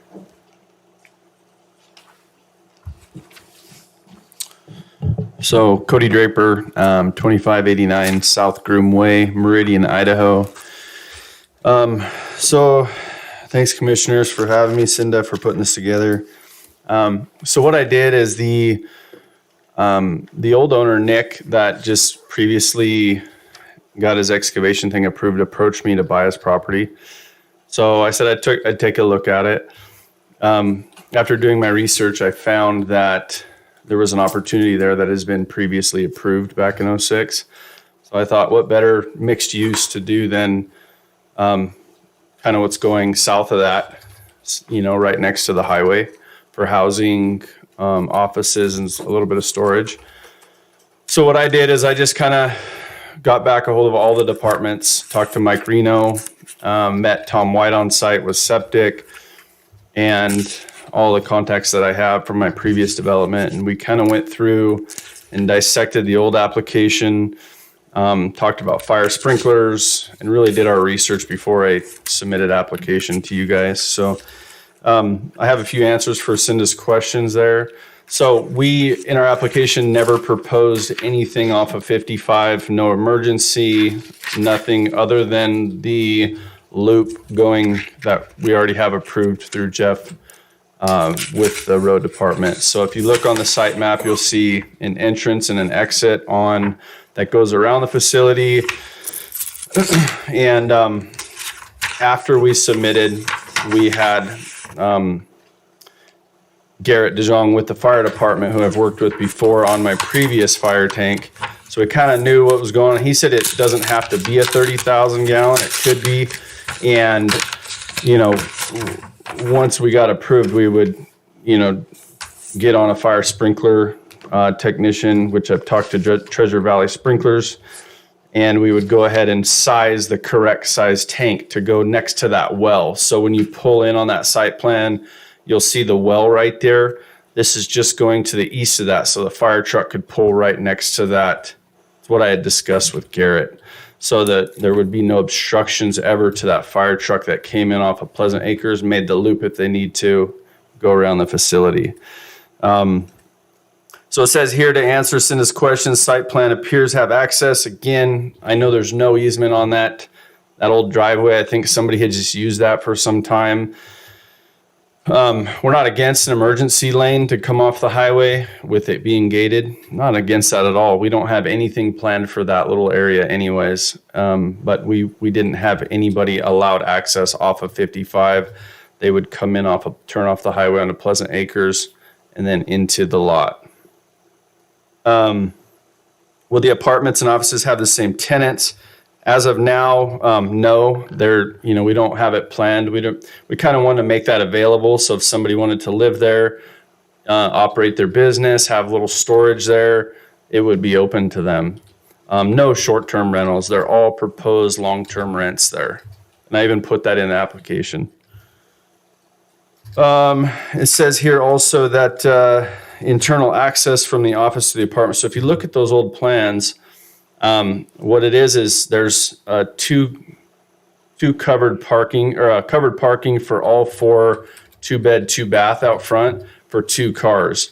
And so how they access, they actually don't go into the offices to get to that second story. There's a staircase on the outside that they walk up to get to that upstairs. It's not until you walk into that main level where the offices are that there's a door, an access door that goes down into the storage area. You can see that on the plans. And so it says you will need to work with Central District Health to appropriately size the septic. Again, I've met extensively with Mike Reno I know him pretty well. And then Tom White, we met on site, did the soil evaluations. He says everything looks great because we have that big 100-foot setback. We have so much room up there for snow storage, septic, and our closed loop. I don't know how familiar you are with that, but we put that closed loop in to power the building basically with heating and cooling. It saves on a lot of energy efficient. So not having to burn a bunch of gas in that size of building. So we have plenty of room. It's like the perfect lot to do that closed loop system, as well as have the 4 septic tanks, drain field, and snow storage, which frees up all of our parking, for in the offices there. So it says we want to create guidelines that specifies uses. I've talked to Suzanne and Tom White over there about that, and we just have to kind of jump into it and have that sized for the employee standards, and stuff like that. We're willing to comply with that. We just have to kind of jump into the guidelines once we submit for our permit. Hours of operation, I read in the report it was 7 to 7. We were just going to follow that. We weren't going to, no operation hours on Sundays. which we're okay with, just following what's recommended. How many parking spaces? So if you look at that plan and you see, because of our snow storage, we actually had an additional 10,000 square, that building that you're looking at is 12,000 square feet. So we actually have an additional 10,000 square feet of parking on both sides. So the north and the south side. And for the 2-bed, 2-bath, you'll see there's 4 covered parking spaces on the east side. Those are all for 2 cars each. So for the people living there, they will actually have covered parking for those 4 units. They'll be covered right there. And there's actually 12 feet to 15 feet of clearance behind that covered parking to allow, our setbacks for a fire truck or traffic to go around the building.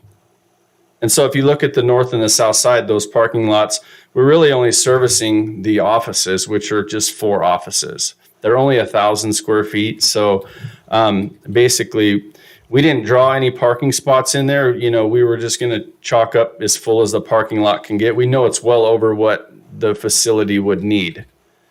And we know that won't be reduced because all of our snow storage is in that whole blank area right there. So we're loading all of our snow off of that area into that 100-foot setback. It's plenty of room for that. So where will we bury the 30,000 gallons? So we're planning on a 30,000 gallon, but like Garrett said, it's probably going to be a lot less. If you look north of the building, it says well. Just to the east of that, you'll see where those 2 arrows, one goes up and down. It's going to be to where that fire truck right there can just park and hook up. So the tank will be right on the left of that where Cinda's cursor is. And our well will be a 2-phase pump. So it will actually have 2 tanks on the property, one for that fire tank.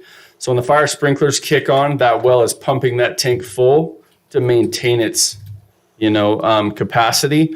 And the pump will also be servicing the building, which we're allowed up to 9 hookups. There's only 8 here. So we're well within our private well standards for this building. Number 7, the apartments will be short-term rental units. We wrote that in our application. We don't want that. We want long-term. That's how we have it wrote up with our application. That's what we foresee there. And then who will manage the facilities? So this is my building, so I'll be managing it. We'll have management in place for, as far as ownership. Whether that be one of the office tenants that we, have do a sweep on it, and, make sure things, we can hire a manager to manage the building like any other business owner would. And so, other than that, Nick had approached me. His business had folded with his partner, so he didn't really have a use for that. And I just said, after digging through the files, Lori got me some old files. I was trying to see what had already been approved so I could just kind of roll with that. And it just blends in with the whole industrial park right there in Lake Fork. I mean, right to the south of it, they're doing the same thing. We're just jumping ahead to get it on the ground, get it built. And working with Idaho Power and my other subdivision up here, we just always in that, a building time constraint sometimes with them. So we just asked for an extra year. That's why it says 2023. But we plan to break ground May 1st when the snow melts.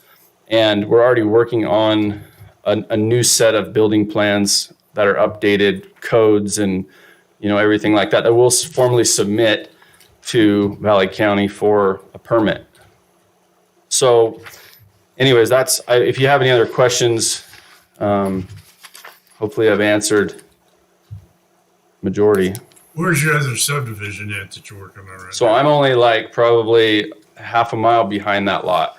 Oh, is that right? Yeah. Right back in there. Yeah. It's already there. Do you have any pictures? Of my subdivision? Yeah, so we're just building Mountain Modern Customs. Just if you go up Pleasant Acres, maybe a quarter mile, Cinda I got a final plat on that last winter, and we've got a few homes almost built in there. I've sent Cinda pictures off and on. We're putting some really nice homes in there. So that piece, yeah.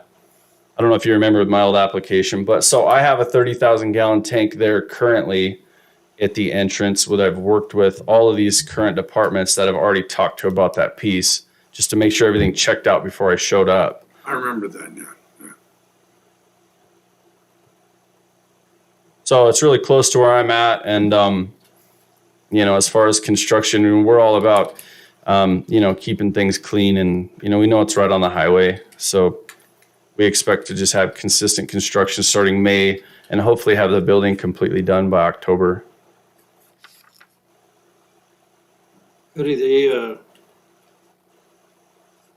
north side of your building here, are you gonna use that shared driveway or not? No, I really didn't want, honestly, it's part of our loop. Yeah. So if you see what I was talking about, the emergency was from, if you follow Cinda's cursor up, you can kind of see on the right where you come in there, and then there's another set of arrows that go in front of the building to the highway. That section between there and the highway is currently a gravel road. We were going to leave that there and really have no use. It's been there for umpteen years. If you guys would like, we could put a gate there and for emergency services so they could have an additional access. Does But- that service that lady's property right No, there behind you? So I asked Nick the same question. He was the one that I said, hey, that driveway's been there. Since then, they use that driveway, what she's on. That's how they go in and out. I just think for years and I went back through title with Pioneer Title and Ameri Title, and I just researched for as far as I could go about easements and anything that was recorded, and there was nothing.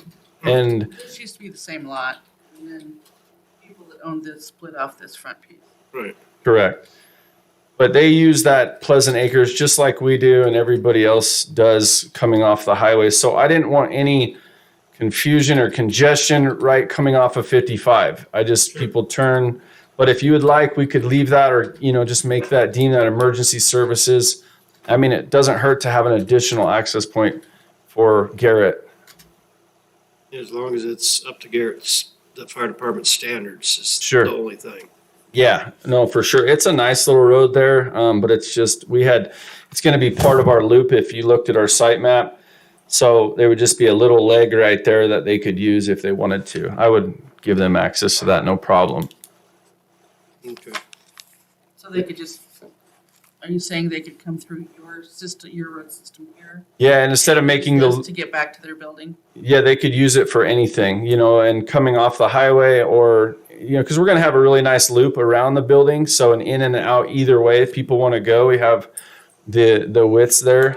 And so instead of making that loop, they could just go back to the highway or turn off the highway in if there was ever an emergency. But we're, with Garrett, this all has to have fire sprinklers, extinguishers. We're going to have its own separate water tank set up with pump hooked up to it. So, we have to comply. I was reading through the old application and they really lacked a lot of that. So I kind of provided that going into this. You guys got any more questions for Cody? I do not. No, I don't. No. What is the setback on the rear yard? Here, I had a hard time reading that. I believe for commercial use, you have to be 50 feet here. Yeah, I want to say that was 80 feet right there. And so, We'll just have to make sure. yeah, you're off that corner. I want to say it was 80 feet.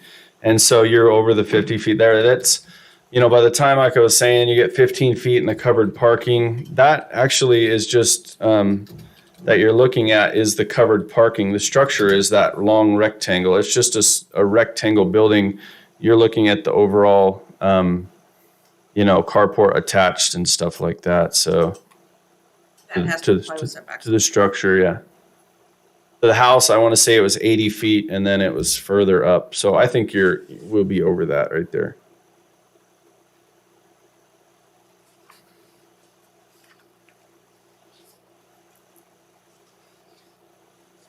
Anything else? All right. Thank you, Cody. Thanks. All right.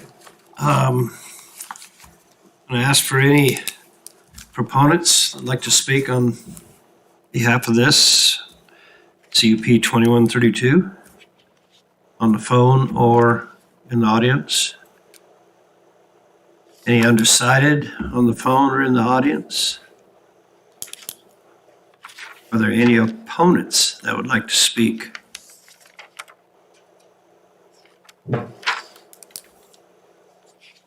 Name and address, please. Krista Rausch, and I own 8 Pleasant Acres, so the adjoining property.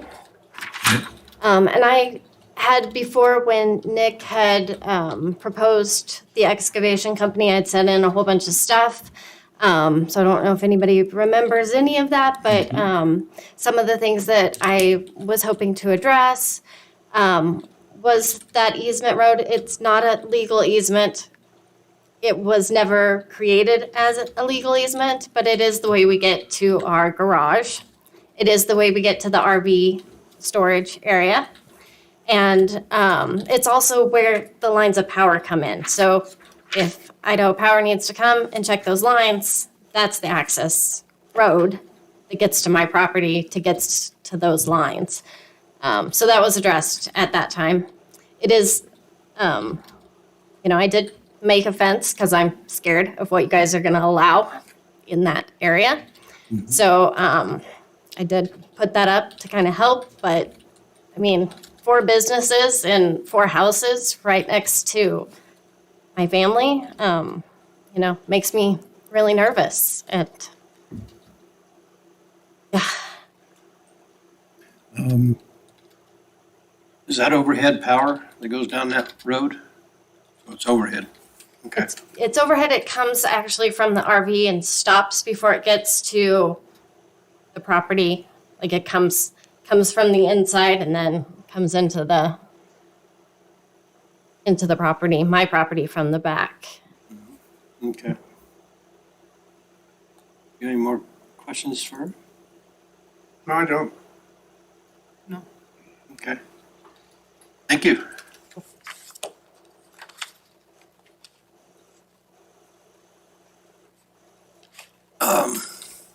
Want to have a rebuttal on that, Cody? No, I didn't know anything about, nobody had. You'll have to speak into it, sorry. Yeah, no, sorry, nobody had responded or anything, so I was well unaware. I just had spoke to Nick about it, and he had said that it was ironed out on the last meeting. I want to say Idaho Power, like when I had talks with Sherry to get power, it comes up the road, so I just nobody had brought that up, or I would have researched that to see if there's another way to get power. I don't really know why there would be power going down through another lot when it runs up Pleasant Acres, but I'm not saying that she's not accurate. I don't know that, but it's hard for me to believe that it goes across that lot. I do know there's other ways around it when there's situations like that with Sherry and things are involved, they'll reroute their power. I do know that. As far as I think as a developer here that I have, and it's just all about integrity, what you're going to build. And I think, from what I've sent Cindy, I've tried to keep her updated on how I'm approaching Valley County.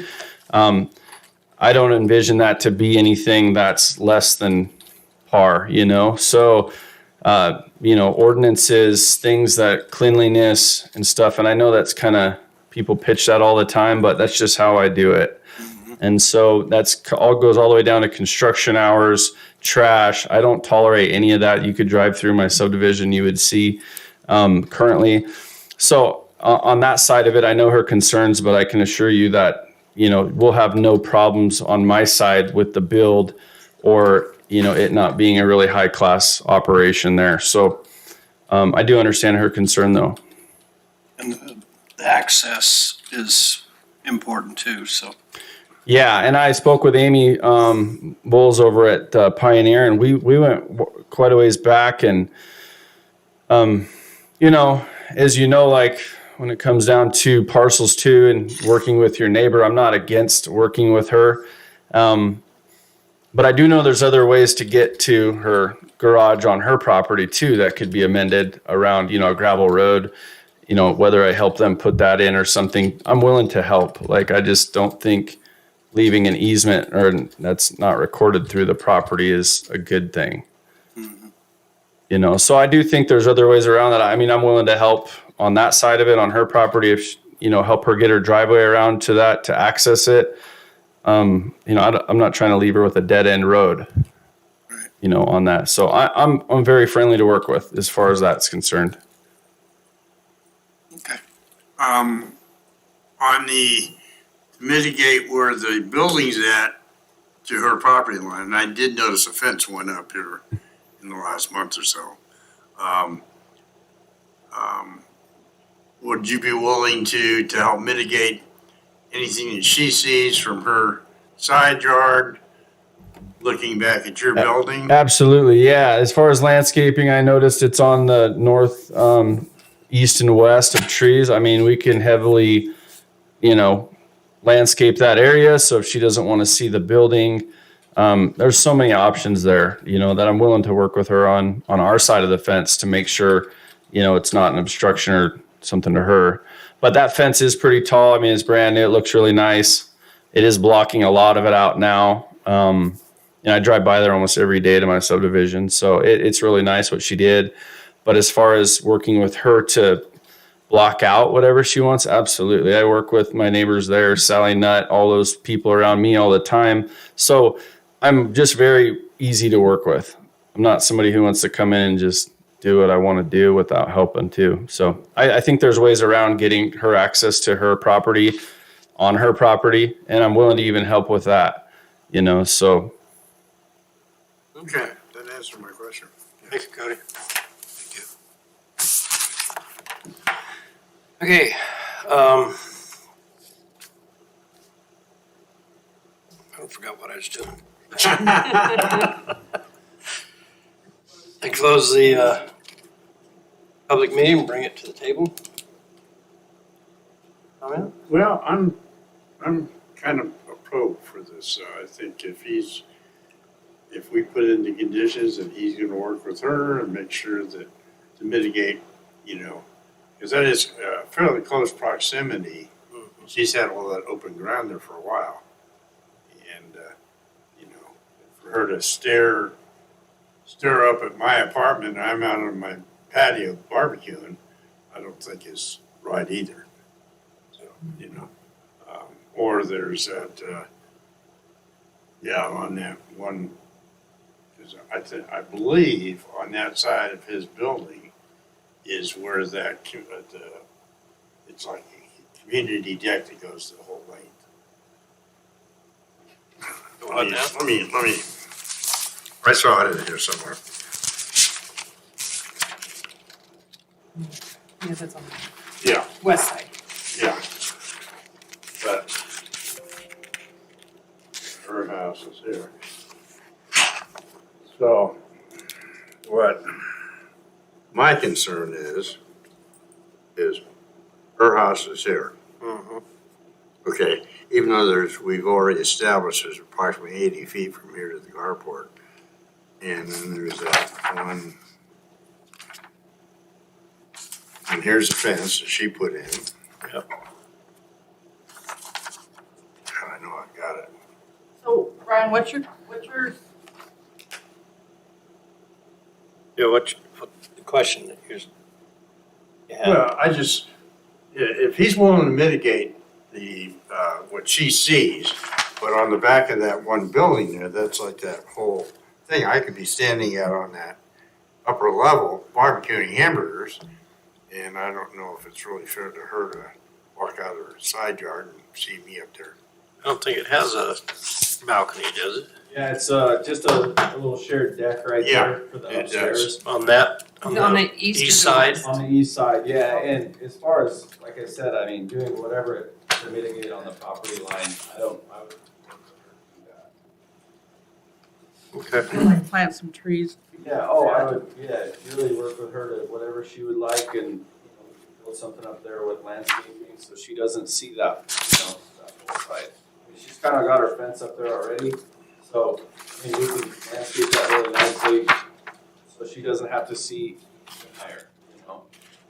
I think also too, that'll help the sound, you know, even though we're gonna have our hours of like anything in Valley County where you gotta kind of tone it down. Okay. Cindy, can we pull up the drawing again? So the carport says it's 80 feet, correct? Yeah, from I that couldn't read it. point right. So it doesn't, so if the entire carport's 80 feet, is what it says right above it on the little rectangle right above carport. It does not seem like the carport is 80 feet back from the line. Drawing was not to scale. I can't. Oh, this drawing's not to scale. No, it's not. If he's willing to work with it, that's fine, but this whole deck right here is what she'll be looking at. Sure. Okay, and that's the community deck So that it has goes to be out 50 further. feet from this point. I'm following you. I'm Yeah. following you. Well, 50 to this feet? point. That's the setback for a commercial. That's Yes. about If you do 15 it residential, feet which at the night. carport is the residential Yeah, version maybe of not it, even that much. No, it's probably not. only, more I yeah. think 30 feet. I don't know, but anyway, this is a continuous. Seems like deck where the that goes 54 all the way feet to is. all the Shorter. condos. Or from the carport back. This is only Looks less And than just 50. that building Comes too. I mean, there's so much room on that Building, so lot because You of and that. our neighbors, So you guys, okay, we wanna go sorry, out we've there got and barbecue hamburgers. All Two right. different discussions. conversations going on. This needs to be on the record. Okay, You can't just have a conversation with you two.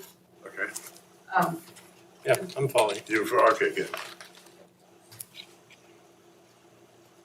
Sorry. Real quick, Cindy, we can adjust that if you want, like I said, if that can move to the west, it's just when we develop our site plan to give her the most amount of room that, so it's as far as it can be, without willing to do that. He has plenty of room Right. Mm-hmm.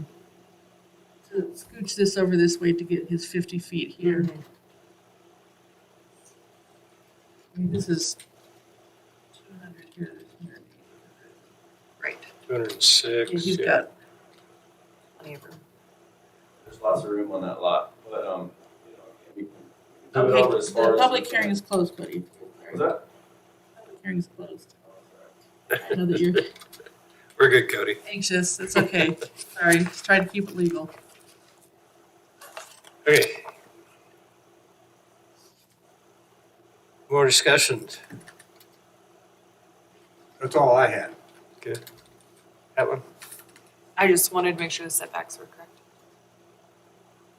And that'll come with, when we get more information. Well, yeah, when he submits his actual construction drawing for his site plan. Would you mind if I put a condition of approval on here that these would be long-term rentals? Yes. Yep. That needs to be on there. And then the other one, even though it's said in the application, we've talked about it here. The density's right there at that 2.5, so I just want to make sure for the reasoned decision that that's part of the record. Do you want the condition on there that must work with the neighbor on access to 8 plus acres?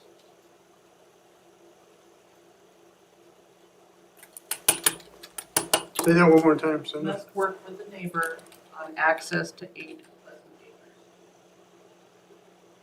Yeah, I think that should be in there. To access, because she already has that access, but it's, Her concern is that she can't access her one. Tony has stated that he will work with her whether she goes through this property or development of a different access point on her. I'll put that on record. I mean, Yeah, you want to. You don't have to, I'm just asking. I don't think it's necessary.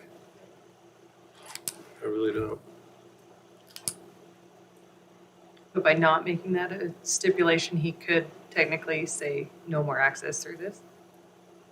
He said that he would. So he'll work with her. Mm-hmm. It's kind of hard to enforce, will work with in a condition of approval. What truly does that mean? But he stated that he'll either work with her on getting her access through his property or work on creation of a new access on her property. She does have a lot of lots there. Yep. Gentleman's agreement. No, I don't think it's necessary to put that in there. Okay, I would entertain a motion. I'll make a motion. I'll make a motion to approve CUP 21-32 Lake Fork Village condos and offices with the stated conditions on this staff report And the long-term rental. and the long-term rental. I will second that. Okay, any more discussion? No.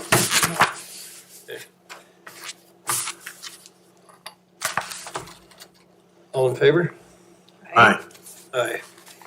Motion carries. There'll be a 10-day appeal period in which anyone can appeal the decision of the commission to the Board of County Commissioners in accordance with Title 9-5H-12 of the Valley County Code. I'm reading good. Do it 17 times, I'll remember.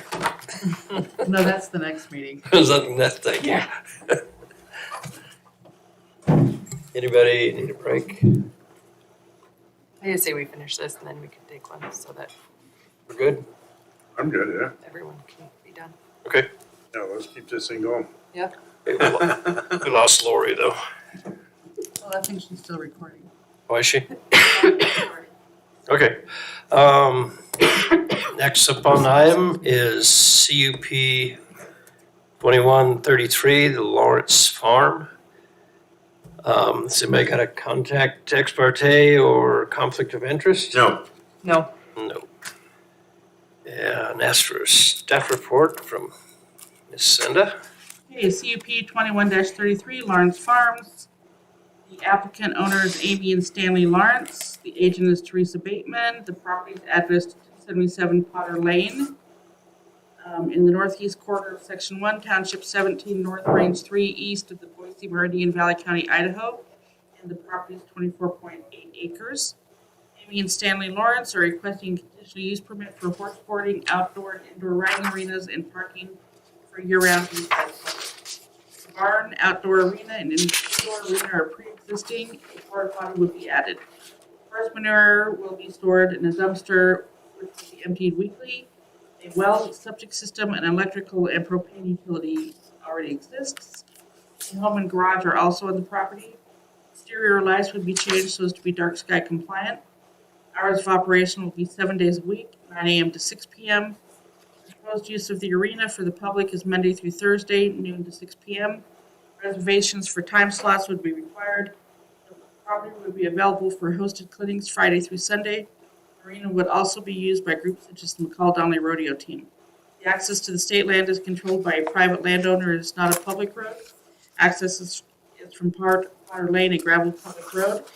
The 24.8-acre site is addressed 277 Potter Lane. The applicant updated the application on November 4th. And that was attached to your staff report. The application was submitted on October 6th, 2021. The notice was posted in the Star News on October 14th and October 28th. Potentially affected agencies were notified on October 8th. Neighbors within 300 feet of the parcel were notified by fact sheet sent on October 12th. The site was posted on October 28th, and the notice and application were posted on the Valley County website on October 8th. Agency comments received. Dan McFadden, Valley County Road Department Director, would like to see road stabilizer dust control applied in the intersection with Farm to Market Road. The added pickup trailer combos and passenger cars will create much more dust and deterioration of the road surface. That road was year-long maintenance, but in the winter, it is only plowed once per day. If the applicants need to plow during the day, they will need a snow removal agreement with the road department. Local District Health has no objections to the proposal. Garrett Young, McCall Fire and EMS Fire Chief has no comments. Neighbor comments received. Robert Keller, Alta Vista, is opposed to a public trailhead at a private residence. Potter Lane already sees a lot of traffic from recreations parking at the end of the road. All these users must cross privately owned land to get to public land. David Carey, 13895 Lane Court, has concerns. Potter Lane is a dirt road with a dead end and no turnaround. Access to the state land is through private property with permission. Neither of the private property owners at the end of Potter Lane have given an easement for access by horseback riders. Therefore, all use should be contained to the applicant's property. Dust abatement or road paving, a traffic management plan, and a parking plan should be required. There should be limits on the number of horses, attendees, vehicles, and events. Jason and Sarah Whipple, 265 Potter Lane, live to the immediate west of the proposed site. They are not opposed to the existing facilities being used for private lessons and clinics, but not to the public. The increased traffic will impact the dirt road. The number of attendees should be limited. The size and frequency of the clinics and group usage should be limited. There's no public access to the state and federal land from Potter Lane. Christina, Bill, Christopher, and Sean Nickel, 292 Potter Lane, object to the proposal. Potter Lane is a dead-end dirt road with no turnaround after Lane Court. Every vehicle with a trailer that travels past 277 Potter Lane turns around to the Nichols driveway. There is no public easement across our property to the state land. The closest public access to the state of Idaho and U.S. Forest Service managed land is the Boulder Lake Road. During the winter, Potter Lane is plowed only to Boulder Creek just past their driveway. A rodeo at the site would likely be a noise nuisance to all neighbors. Characteristics of the site: building area graded flat, remainder slightly sloped. Surrounding land use and zoning includes to the north agricultural, timber, and farmland. To the south is PVD Jug Mountain Ranch. East is agricultural timber, and to the west is single-family residential. Valley County Code categorizes this under 5 commercial uses, E recreation business, 1 riding stable. And it listed the different portions of the Valley County Code for your review. Staff compatibility rating was a positive 14. Planning and Zoning Commission should do their own compatibility rating prior to the hearing. Staff questions and comments. Will there be public viewing events? Are you proposing rodeos where there will be riders beyond the McCall Club? What's the maximum number of people on site? Will there be amplified noise, announcers, music, etc. at the outside arena? Is additional landscaping needed to mitigate parking areas from the neighbors? What is the parking plan? Will you have a turnaround for trailers? Where will snow that is plowed from the parking area be stored? And the site is within the Boulder Irrigation Company district. Some of the above questions were answered in the project narrative that was submitted on November 4th. Proposed conditions of approval are as follows. 1, the application, the staff report, and the provisions of the land use and development ordinance are all made a part of this permit as if written in full herein. 2, any change in the nature or scope of land use activities approved in the application shall require an additional conditional use permit. 3, the use will be established within 1 year of approval, or this permit shall be null and void. 4, cases of this permit, these conditions will not relieve the applicant from complying with applicable county, state, or federal laws or regulations, or be construed as permission to operate in violation of any statute or regulation. Violation of these laws, regulations, or rules may be grounds for revocation of the conditional use permit or grounds for suspension of the conditional use permit. 5, must comply with the requirements from the McCall Fire District. 6, lighting must comply with the Valley County standards. All lighting must meet the full cutoff. Lights cannot project onto other properties. 7, the site must be kept in a neat and orderly manner. 8, there shall be no outside storage that is not screened. 9, it shall cooperate with the Valley County Road Department in dust abatement each summer as needed once operations commence. We'll need to contact the Valley County Road Department. 10, it shall obtain a snow removal agreement from the Valley County Road Department for additional plowing of Potter Lane by the applicant or their contractor. And that's if needed, if they request it. 11, shall obtain a sign permit prior to the installation of a sign, and this will be an entrance sign so that vehicles do not go beyond the entrance. Parking is not allowed in the road right of way. 13, must have an approved approach permit from the Valley County Road Department for additional driveway entrances from Potter Lane.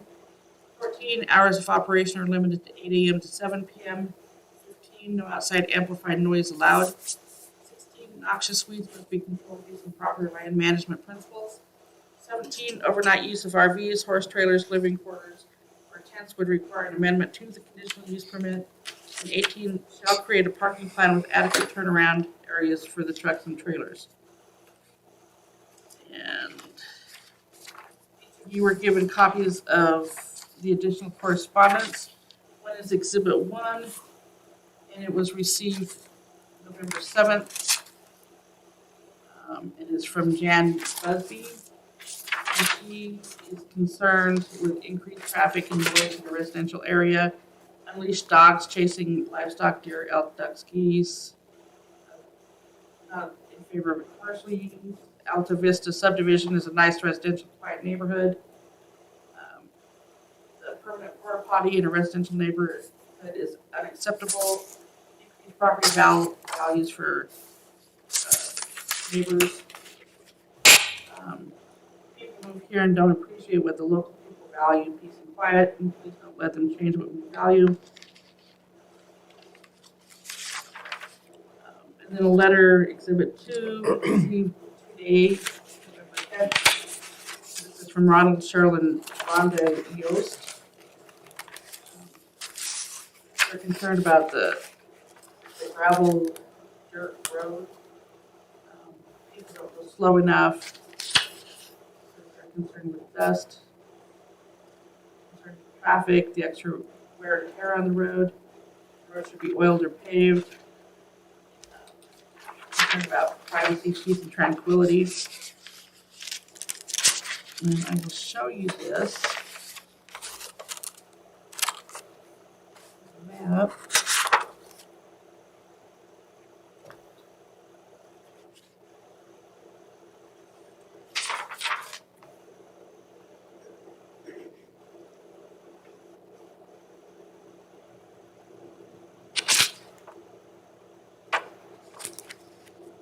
Here's the property here.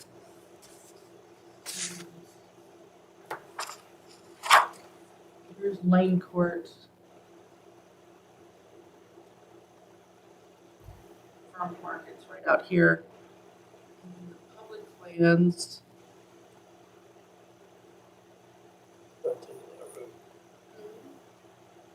Here's the public road ends in here.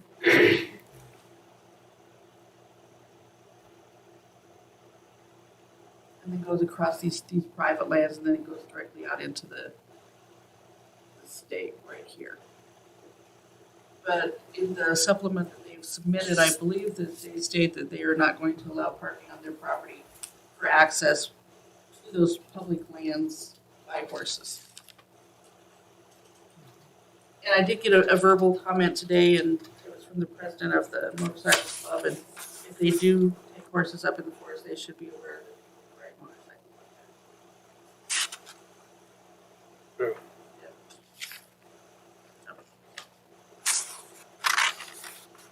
That ends my staff report.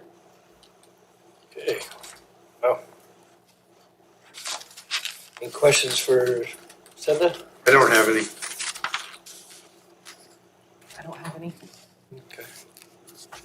I hear a from our applicant.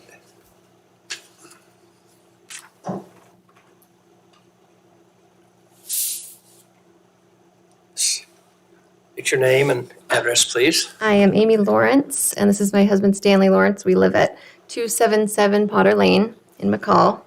I also would like to introduce Teresa, who is a friend and partner in this venture.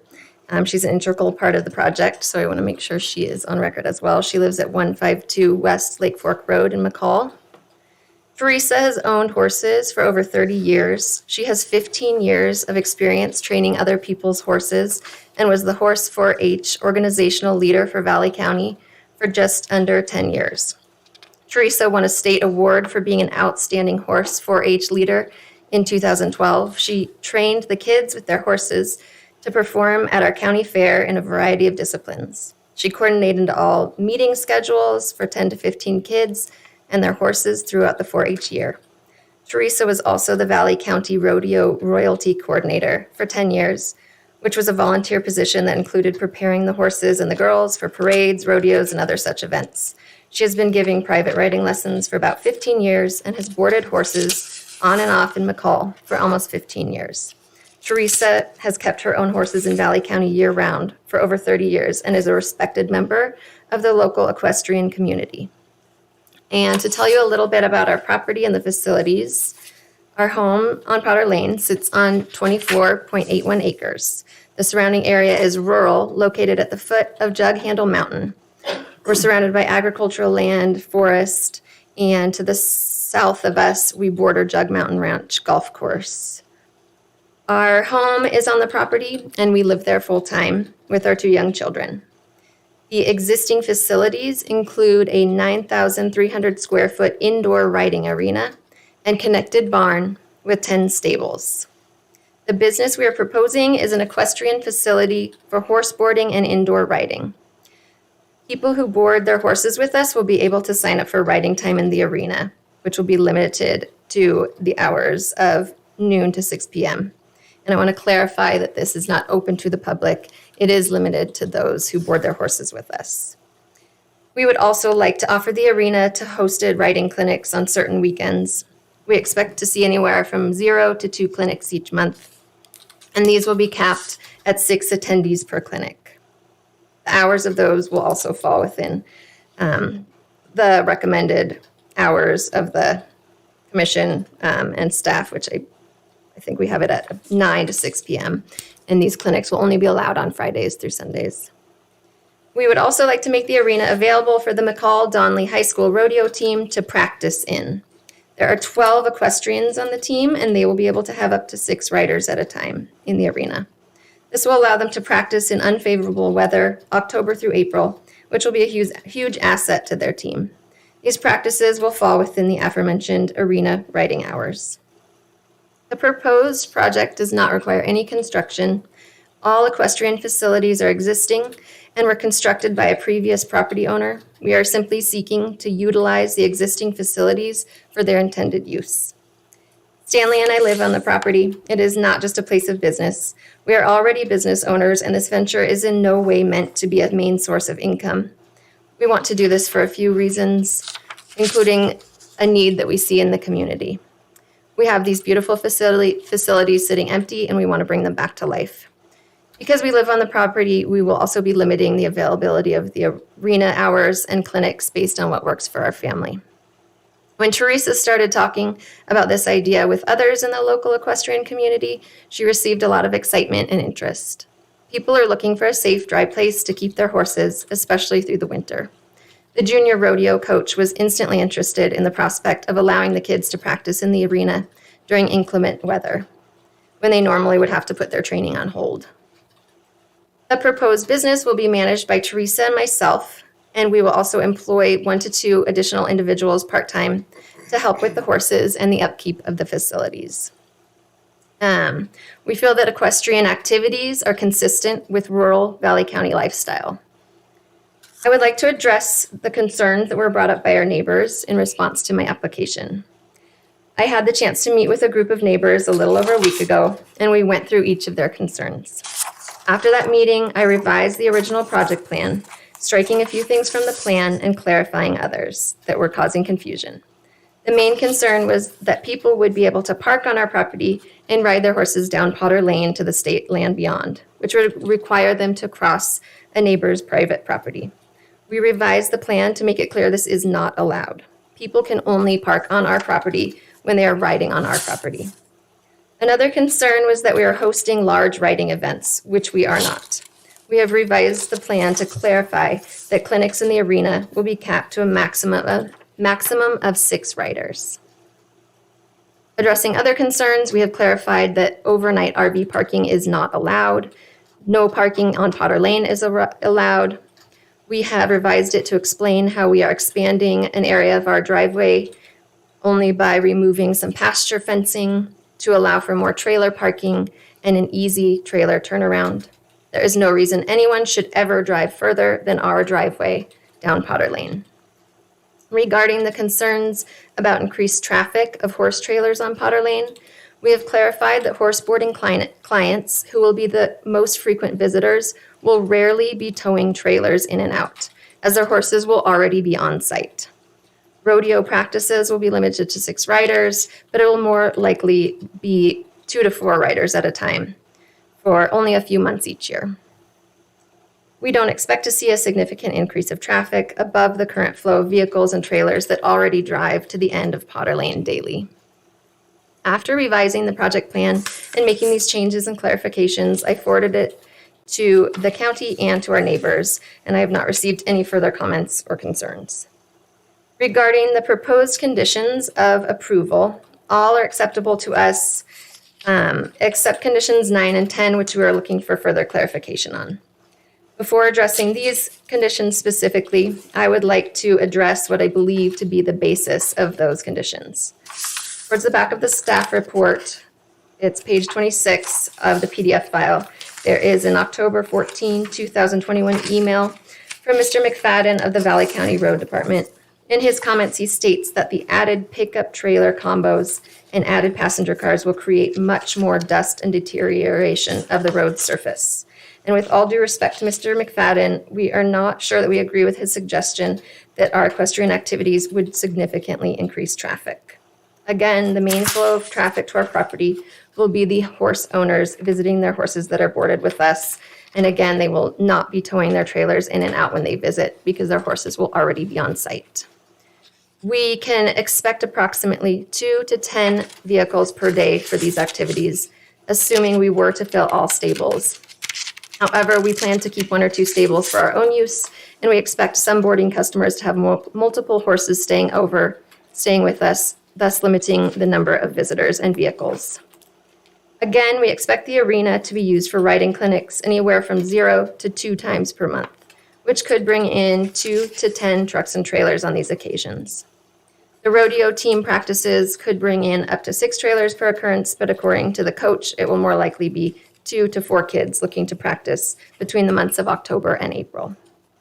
Based on these numbers, we don't feel there's any evidence in the record that there will be such a substantial increase in traffic. With that said, here are the concerns about the 2 conditions. As to condition 9, the requirement to cooperate with the road department is vague, which increases the chances that there will be disputes or misunderstandings in the future. If there are dust abatement requirements, they should be more specifically delineated in the condition. As to condition 10, presumably anyone plowing a county road would need to obtain a snow removal agreement from Valley County. Thus, it suggests that we will need the road plowed more than once a day, which again, we do not agree with. As to both conditions, we believe they're unnecessary and should be removed. To the extent the commission is still inclined to impose dust abatement and snow removal requirements on us, it needs to ensure they are narrowly tailored to mitigate specifically for impacts of the new business and not for general traffic that is already occurring due to other landowners and visitors to this state land.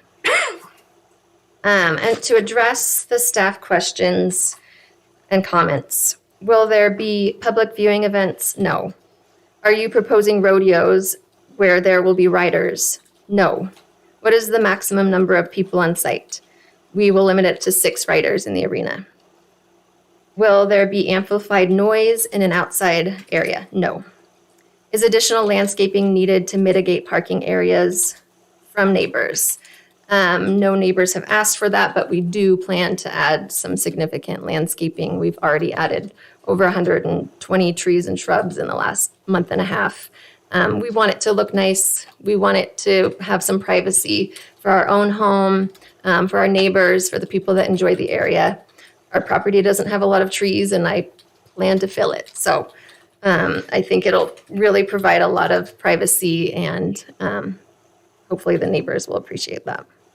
What is the parking plan? Will you have eternal legal standards? Under Valley County Code 951B and 95H7B, the commission is supposed to evaluate the following criteria for conditional use permit. First, the visual attributes of the proposed use.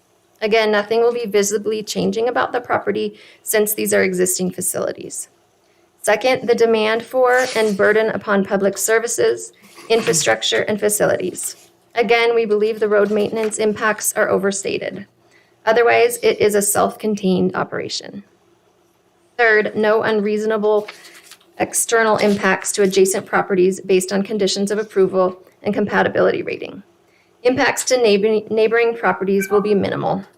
Stabling of horses and anything happening within the indoor arena are inherently indoors and low impact. For the outdoor arena, there will be no sound amplification and no crowds. Hours of operation are already limited. According to Code 952A, the county's comprehensive plan promotes the rural atmosphere of the valleys and recreation.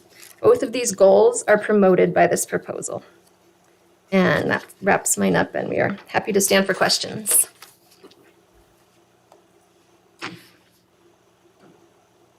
Mr. T, you guys got any questions? I don't, I don't at this time. When you're talking about, I'm reading all the neighbors' comments. Most of it had to deal with that road. Yes. State land, that's not even on the, that's not even on the issue. Not even there anymore, no. It's, no. So that's not part of this, but Potter Lane, I know Potter Lane. Everybody's comments seem to be Potter Lane. It's a dirt road. It is going to be a commercial business. You're going to be running a commercial business, in a residential area. I don't think it's too much to ask that it will have increased traffic. Not a lot, but there will be increased traffic in there. As far as that part of dust abatement,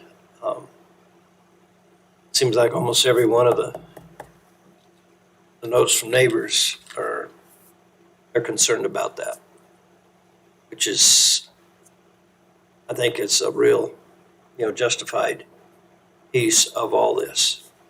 What you guys are doing and what Teresa does falls off horses a lot. But it's not bad setup.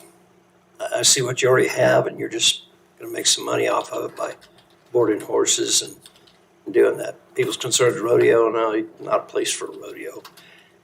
But it's, I'm well aware of these little centers like this. But that's something that needs to be addressed, I believe, is that road. Mm-hmm. And I don't know I think it was Jeff McFadden that was concerned about that. Is that correct? So you can come to your conclusions after you hear. Yeah. So that was really the only concern I got. The question was that.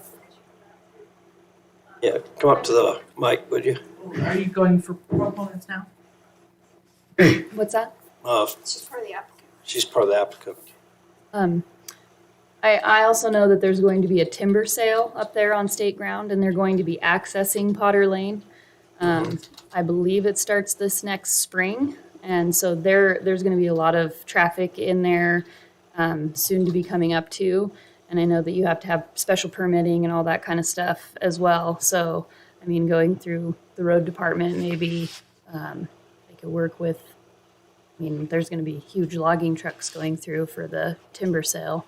And they'll be accessing that private ground to get back and forth too. So there's going to be a ton of dust from that as well. So, and that's some of the road department can deal with them with. Yeah. You guys will be there forever. Yeah. They're just going to be one timber sale and they're gone. So I agree. Yeah, that's a good point. You guys got any more questions for the applicants or? I really don't. I do have some concerns,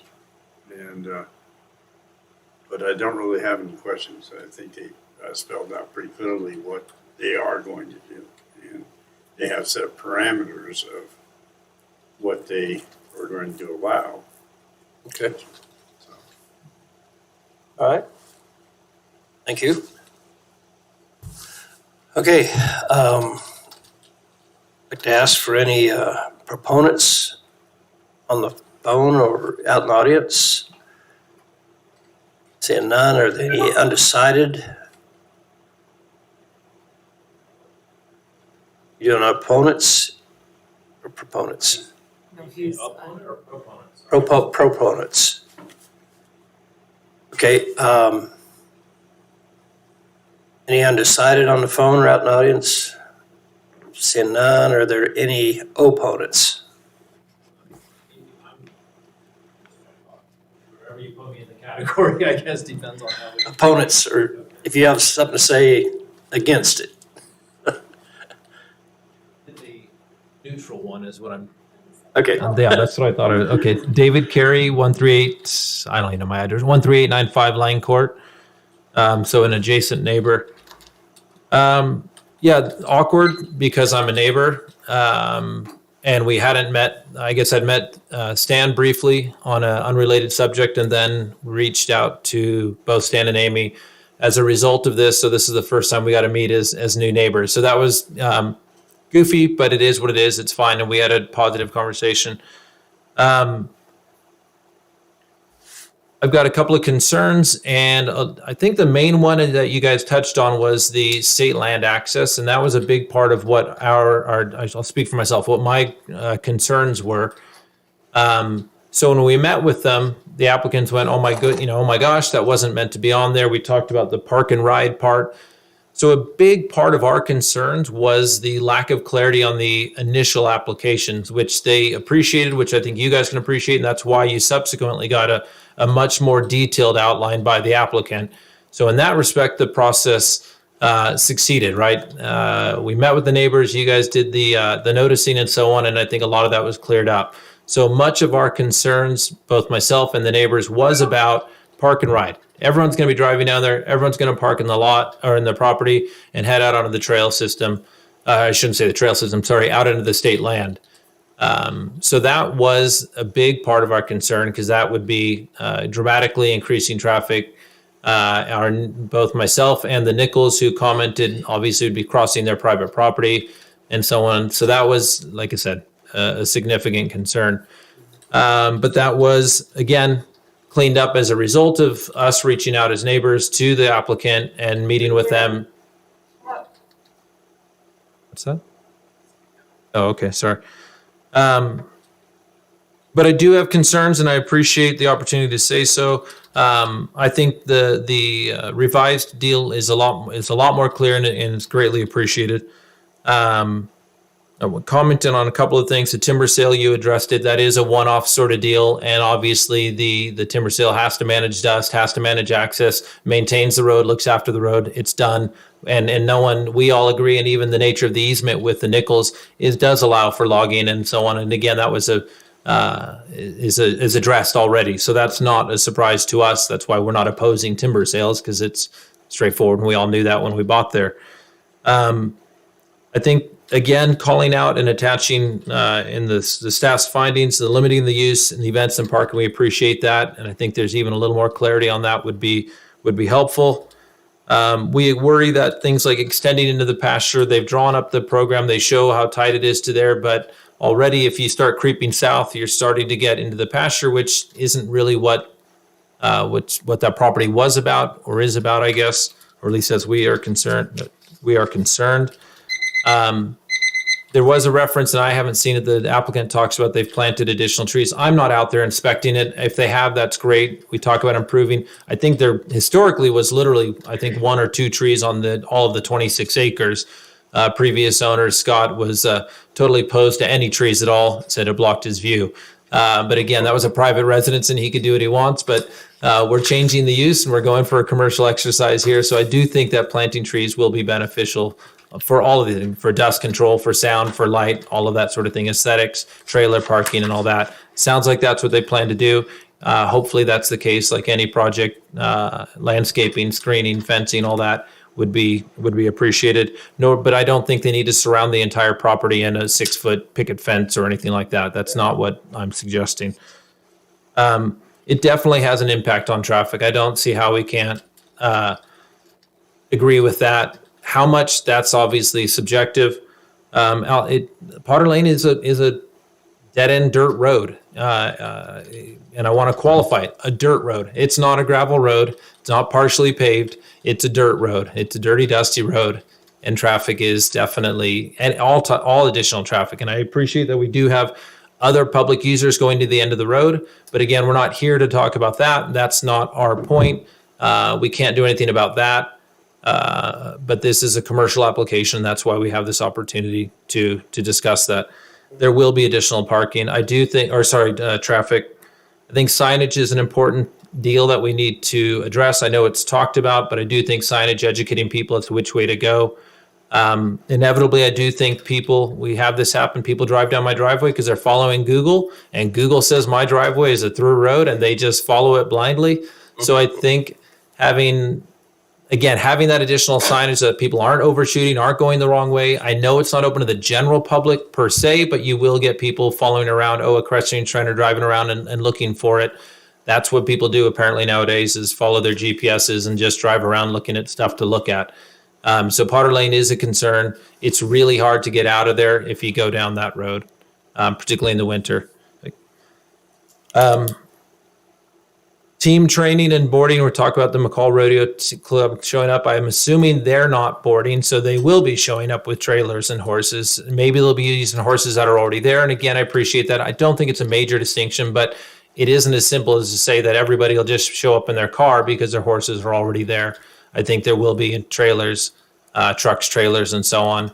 I've got kids, they've got kids, high school kids drive around and they follow each other around. And if someone's, practicing somewhere, their friends are going and looking and so on. So again, I don't think just because 2 or 3 kids are on a rodeo team are going to go practice that it doesn't mean there won't be other people involved in that facility. So I'm not trying to lay it on thick, but there will be additional traffic. It won't just be the 3 people that have horses there 0 to 2 times a day or a week.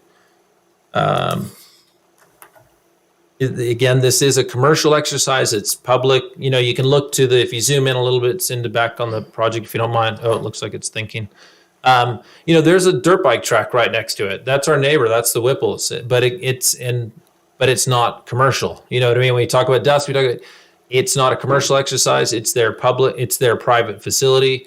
If friends come and go, again, we don't complain about it. We don't call them out on it because it's their right to do that. But that's a private exercise. It's not a public commercial exercise. You can see them zipping around there. Would it be nice if they treat it? Would they be nice to that? Great, but sure. But we don't ask them because that's their private property doing their thing. It's not a public deal. If they wanted to make that a public dirt bike track, that's a different deal. We'd be sitting here having a different conversation. So again, kind of going back to the point, this is an existing use, this is an existing structure, but it was never commercial, and this is a change of use in that respect. Has it been used commercially? Again, we can debate that because we definitely have had various activities over the few owners previously. Certainly it wasn't intended as such, but it absolutely has been run as a commercial venture over the years. I have got absolutely no issues with this facility as an equestrian center. I totally agree with consistent rural use. I'm all about it. I think that's fantastic. I think, like we said, we just want to make sure that the conditions are in place to make sure that it is good. I think the Lawrences seem to be wonderful. I think they have the best intentions. They do live on this property. My worry is if they sell it in a day, a month, 6 months, 3 years, 5 years, that the conditions that we put on here go with that property so that if the next person shows up and has a very different game plan, hey, I'm going to turn this into a more involved equestrian facility, that it would still be maintained and bookended by these constraints, and that somebody else who isn't here sticks a different person in the house, hey, can you run this, and try to get as many people as you can. So all we're trying to do is make sure that whatever we approve here is managed by these guys correctly, and that future owners of that property do the same thing. Again, we've had all sorts of semi-commercial. The Llama Ranch across the street was semi-commercial. Various different owners of this have done semi-commercial. Do I prefer this over short-term rental in a wedding facility? Absolutely. But we're not talking either or. And if they did this, we'd be having a very different discussion about wedding events and so on, and porta potties capacity and sewer systems and all that. Again, I appreciate that's not this. This is nice. I think this can be great. I want to keep on saying that I think this can be great. I'm not here to oppose it. I just want to make sure that we're on the same page. Amy mentions that we want to make sure that we know what we're agreeing to and approving, and I couldn't agree more on that point. Again, I think a lot of the stuff that we're addressing was addressed in Amy's, not rewrite, but re-proposal. So the concerns that we had about parking and all that kind of came about because the neighbors said, how about this, how about this, how about this? If not, what you guys saw initially was extremely open-ended and really very concerning. That's why the neighbors met and reached out, because there was very little detail in it. And again, to the applicant's credit, most of it was addressed. Potter Lane is, I'm kind of working through my notes. I apologize the staff report does say that Potter Lane is gravelled. It's not gravelled. It's a dirty, dusty road. And again, I'm not calling anyone out. I want to make sure we're talking the same thing. I don't disagree with Jeff McFadden's comments. I do think it is additional traffic. I appreciate that they don't need to plow Potter Lane. I don't think that's what their intention is. I don't think, certainly we're not asking that. I think the concern though is if it's somebody shows up at 5 o'clock in the afternoon, and as we know, they plow in the morning and we've got 4 inches of snow, it's definitely a challenge. Are these guys going to run out there and plow all of Potter? I don't think so, but it's horse trailers, gooseneck things, long trailers, backing up. It's winter. It's dark. It's dark at 4 o'clock in the afternoon. There's no way we're not going to have challenging use of that street. And one other thing, I just want to make sure, I don't know if it's a mistake or not, but the applicant's asking for hours of use roughly, I think, and again, I could be wrong, 9 a.m. to 6 p.m. And sorry, noises. And then I think the staff report says 8 a.m. to 7 p.m. So I'm not entirely sure why we would have the county, I guess that is, would allow for a larger window of operations than the applicant is asking. So I guess I'd ask that it be consistent with the applicant is saying and have it be the tighter window of hours of operation. Okay, we'll address that. Yep. Okay. I think that's it. Good. Thank you very much. I appreciate it. And thank you for the additional deal. Thank you, Time. David. Thanks. Guys want to do a rebuttal and ask, There might be talk about anything? some additional people. Are there any other folks on the phone that would like to let us an opponent? Would like to speak? Yes, this is Bill Nickel at 292 Potter Lane, and my wife Christina, and I have 2 sons that live with us.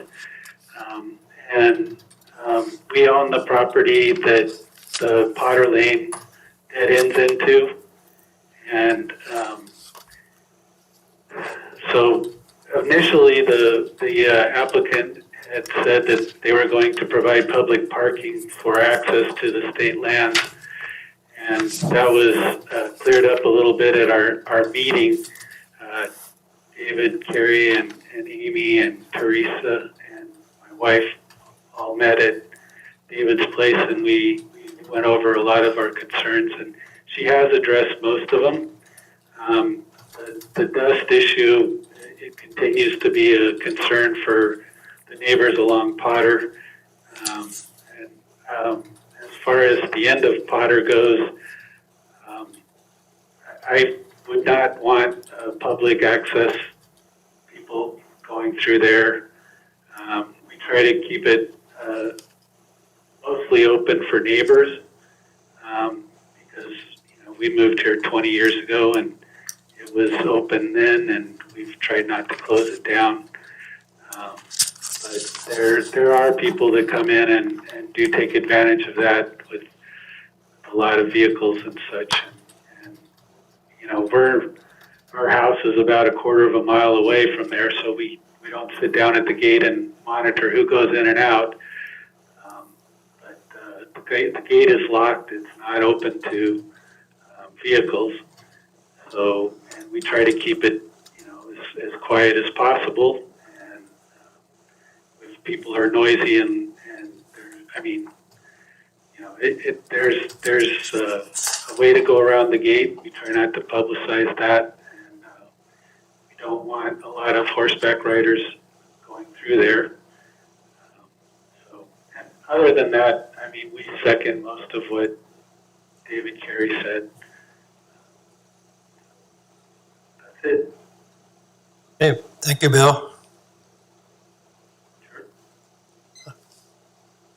Is there anybody else that's an opponent or undecided would like to speak?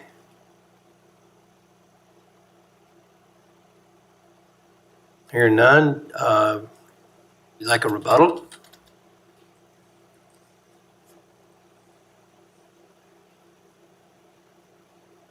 I just wanted to kind of address the dust abatement, and I can totally understand my neighbor's concerns. We were very concerned when we heard about the logging operation that's going to happen, mainly because our house is very close to the road.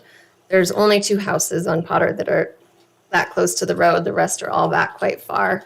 So I don't think that dust abatement is a huge problem for most homes there. But all I ask for is more clarification on what's expected of us and how, the frequency is determined and such. So I can respect that concern absolutely, and I understand it. I just ask for more clarification.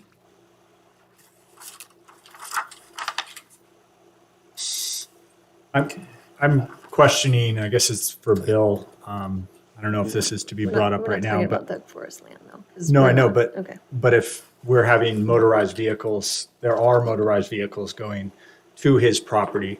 That is a big drive to why there's so much traffic on that road. If we did limit that, that would also limit this whole process of the amount of traffic that would be hitting. It's been that way for a long time. People go there and hike up the mountain. Yeah. I Yeah, we don't see think a that'll lot of ever traffic change. going by our house for that. Every day, all day. Yeah. We're aware. Thank you.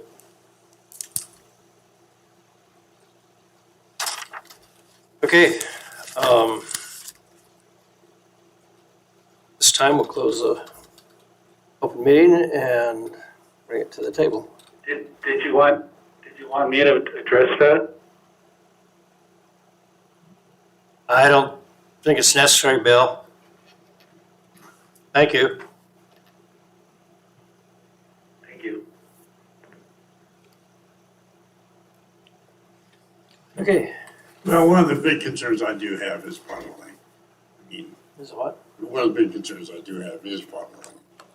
I mean, that road is messed up. I mean, when it's in good shape, it's messed up. Your concerns is what? Is potholing. Potter Lane. Oh, Potter, thank you. Yeah. Yeah. I mean, even when it's just freshly been regraded, it's not in very good shape. I know the county occasionally goes out there and throws dirt in some of those potholes, but that thing turns into a washboard pretty quick. And I'm thinking that somehow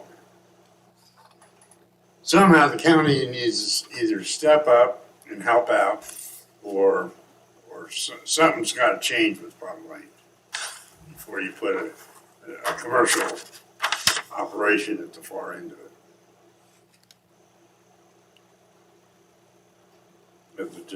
That's probably one of my biggest concerns. I'm not too concerned about how they stated how they're gonna manage the riding and limiting the amount of people and so forth. Pottle Lane is messed up. I mean, it's. Get your shoes a lot. Question for you, Cinda. Who maintains that road? Is the county? Valley County. Is it the Valley County's road? Yeah, it's a public road maintained and plowed by Valley County. Okay.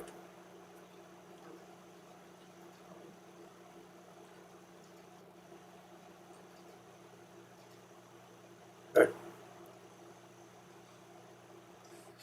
So is this something they would need to work out with Jeff? Yeah, that's why we need to contact Valley County Road Department. She'll cooperate with the Valley County Road Department and does if summer is needed once the operations commence. I don't know if you want to stick something in there about a proportionate share. And recommend that they approach neighbors about participating in dust abatement. I think a shared thing would be the right way to do it. I mean, yeah, they're gonna have a commercial operation that they'll have a little bit more, road use. But Valley County should, and, the neighbors somewhat should help out also. But their operation, being that it's commercial, it will increase our traffic on that road. I'm hoping it actually decreases because I know that they're using a lot of things. Oh, really? Yeah. one at the most per year. That's Not according to the neighbors who used to call me all the time. Yeah, neighbors used to just. I have 25 people that have been married at that house, so. Or more, including most of the neighbors. So, you know, I don't know how do you want me to leave it as is? Do you want me to say, shall cooperate with the Valley County Road Department in a proportional share of dust abatement each summer? I'd feel good about something like that. that. With recommend, they approach neighbors about participating in dust abatement. I mean, if everybody on that road, $100, I mean. Yeah, and I think it needs to start with the Valley County Road Department. And with whatever they do with the neighbors, that's kind of their business. You want me to leave out the recommend? They approach neighbors? Yeah, I think that's between them and the neighbors. You know, that's being a good neighbor. But the road department, I think they need to, contact Jeff and work with them. I think that's appropriate. Cinda, does the road department ever do traffic studies to see if it increases, decreases? They do. They put out counters periodically in different areas. Usually for speed. Yes, they did put out their counters. And then on Potter Lane, if we zoom out, it's not all just single family developments. Is Alta Vista a development that was approved at one point? It's Potter Lane, about a half mile long. It says it's 3,300 feet-ish to their 3,300 feet entrance. Here, It's about a half mile. there's Alta Vista, which is a subdivision. This is just my perspective. It seems like Alta Vista adds just as many to those first few. But they access it off Potter Lane, correct? Yeah, on the far end there. It's paved, and if you drive through there, I know several people occasionally do the, why are you driving through here? They're precious about their pavement. Mm-hmm. Oh, I bet. So, Rightly so. the Potter Lane is not paved. No. But like I said, on a good day, that road is bad. Well, and in terms of dust abatement, it seems like actually the bigger concern may be snow removal. The majority of their activities are going to occur between October and April. In terms of them called on like rodeo club in the summer. I don't know, maybe they expect full capacity for boarding. Yeah, Maybe don't. they only run that blade down that road in the winter once. It normally happens in the morning. Right. So that is more the concern. Most people, if they're gonna board horses, will come in the evenings. Mm-hmm. That may be a concern if they're unable to make it down the road. But I'm sure as a business, you'll have a contingency plan for that. And right now, during the wet weather we're having, it turns into a washboard really pretty quick. A serious washboard. Number 10 was shall obtain a snow removal agreement from Valley County Road Department for additional plowing of Potter Lane by the applicant or their contractor. So if they want to plow it more, they have to contact them. Are those agreements difficult to get? They just need to know that they have to do it a certain way. But if the hours are 9 a.m. to 6 p.m., there's going to be a lot of evening activity. Most of this stuff's going to happen during the day. Right. Mm-hmm. And you're doing this year round, right? Okay. Okay. West Potter, we're on East Potter, technically West Potter, they actually do put down, right? Because some of the, again, I don't know what their agreement is, they even put out a rubber speed bump because those guys on that side of West Potter, they have homes close to it. That's their deal, that's not, they put rubber speed bumps that they put out seasonally in the day, right, during the summer. And then so put them back to That gives you guys something to work toward. Okay. A motion from the. I'll do it. I'll make a motion to approve CUP 21-33 with the conditions as stated, getting the county involved as far as road maintenance for snow removal and dust abatement. So what you had kind of written down there, Cinda? I did, shall cooperate with Valley County Road Department in a proportional share of dust abatement each summer as needed once operations commence. We'll need to contact the Valley County Road Department. And then change the hours of operation from 9 to 6.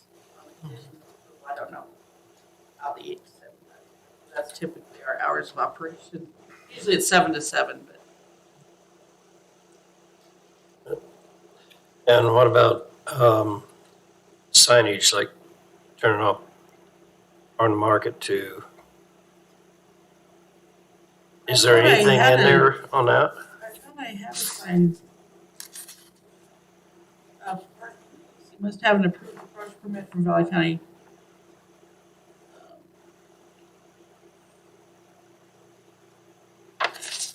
Shall obtain a sign permit prior to installation of a sign. There shall be an entrance sign so that vehicles do not go beyond the entrance. So the entrance to their facility, they need to put a Lawrence Farm entrance. An arrow saying this is where you turn. Something that's gonna get people in there before they go beyond. Go beyond. What word? Is there like a dead end sign at the beginning of that? Probably is. Yeah, I'm it's pretty just, sure there's a dead end. it's just before Lane Court, yeah.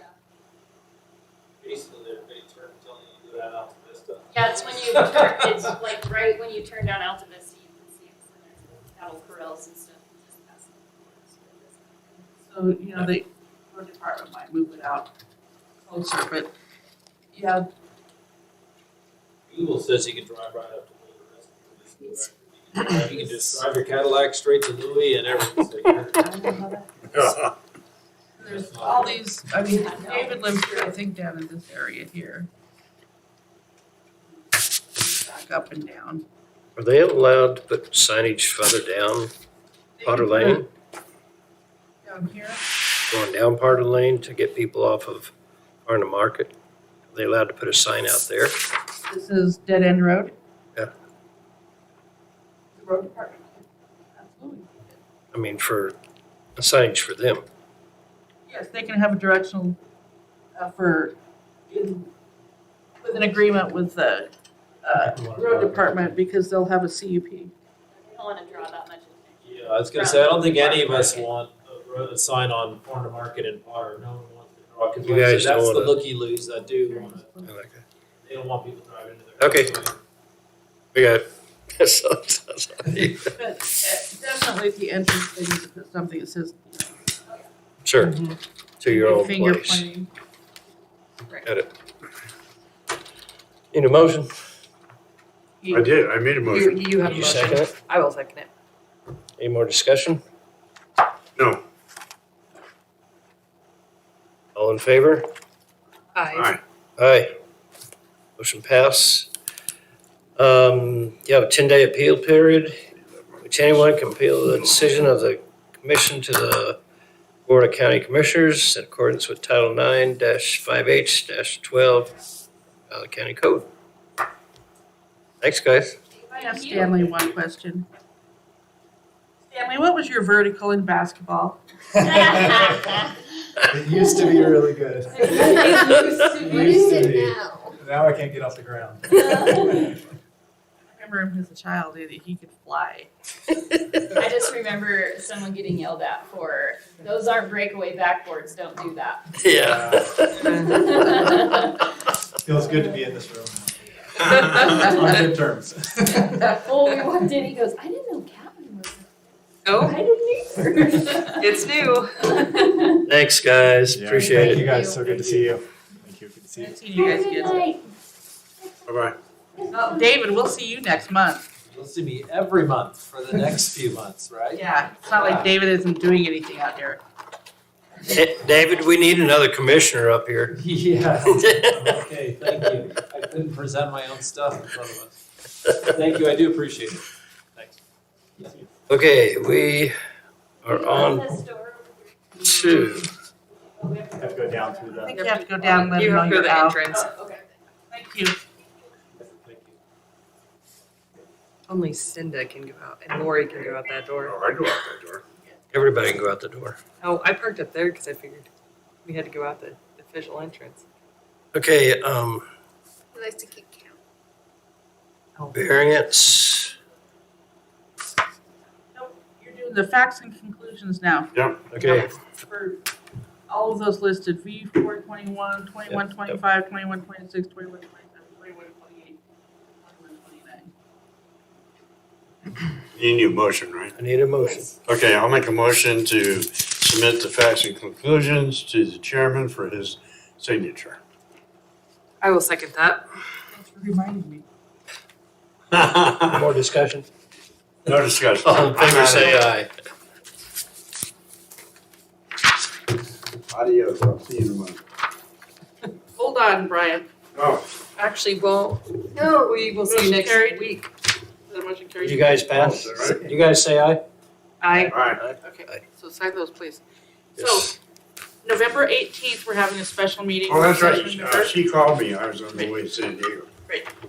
So that starts at 6. I plan on talking about the subdivision processes. You want to send me an email on that, please? Sure. Yeah, shoot me an email, dates and time. And the maps, did you bring Ryan's maps back? No. Okay. I can go grab them real quick. Yeah. Maps? Yeah, we want you to look through some maps. What's this? Oh, maps. That's the variance. That was the first one approved. Oh, that was some, okay. It was in the back of my packet, so. So, and then our, should we adjourn? No. No. Oh, yeah. our right, this December is- meeting is, I believe, I think it's the 9th or something like that. Anyway, I want to know if you'll do a special work session December 16th. Because Send me an Warren email on that too. County Commissioners want to meet with you. That's right. Does that have to do with that 20 acre, No. 46? Well, no, I think they want to talk about the zoning some more. Just all these maps? Yes, and we'll talk about it at the 18th meeting. And then, Why did you get that back? Yeah. they stated they're not going to get into details, they just want to have a general discussion. Yeah, right. Is there any chance of starting those work sessions at 5:30? Sure, if that's what you want. I'm fine with 5:30. 5:30 is fine. I don't know. Do you like 5:30, Brian, better, so you can get Works home okay for me. earlier? Sure. Okay. So we can do next week's at 5:30. Do you think that would work? Did you already, It was no. did you put it in Oh, the is it paper? noticed? Yes, you got put in the paper. Well, Tonight's have Tom date of change it. it, yeah. Yeah. The 18th We can just is, continue the work Work session. session, right. We'll just have it at 5:30. We'll post it on the agenda. I bid you did. that's on November, Thank you. that's on November 18th. Yes, A week from tomorrow? yes. If you can change that agenda Friday. Oh, you cannot use my pen. I'll hand it right back That to you. goes to this thing right here. November 18th is Thursday, I believe. Thursday. Mm-hmm. I'll get notices to all of you about those. Okay, now you want to adjourn? I got a dentist appointment on Thursday in Boise, Which Thursday? that Thursday. 18th? But it's like 10 o'clock in the morning. I'll be back. You turn off the recorder? No, we are still on. Oh, meeting adjourned. Adjourned. Did you sign all those facts and conclusions? Oh, I gotta sign all these. No, the one she handed you. Yeah, they're all right here.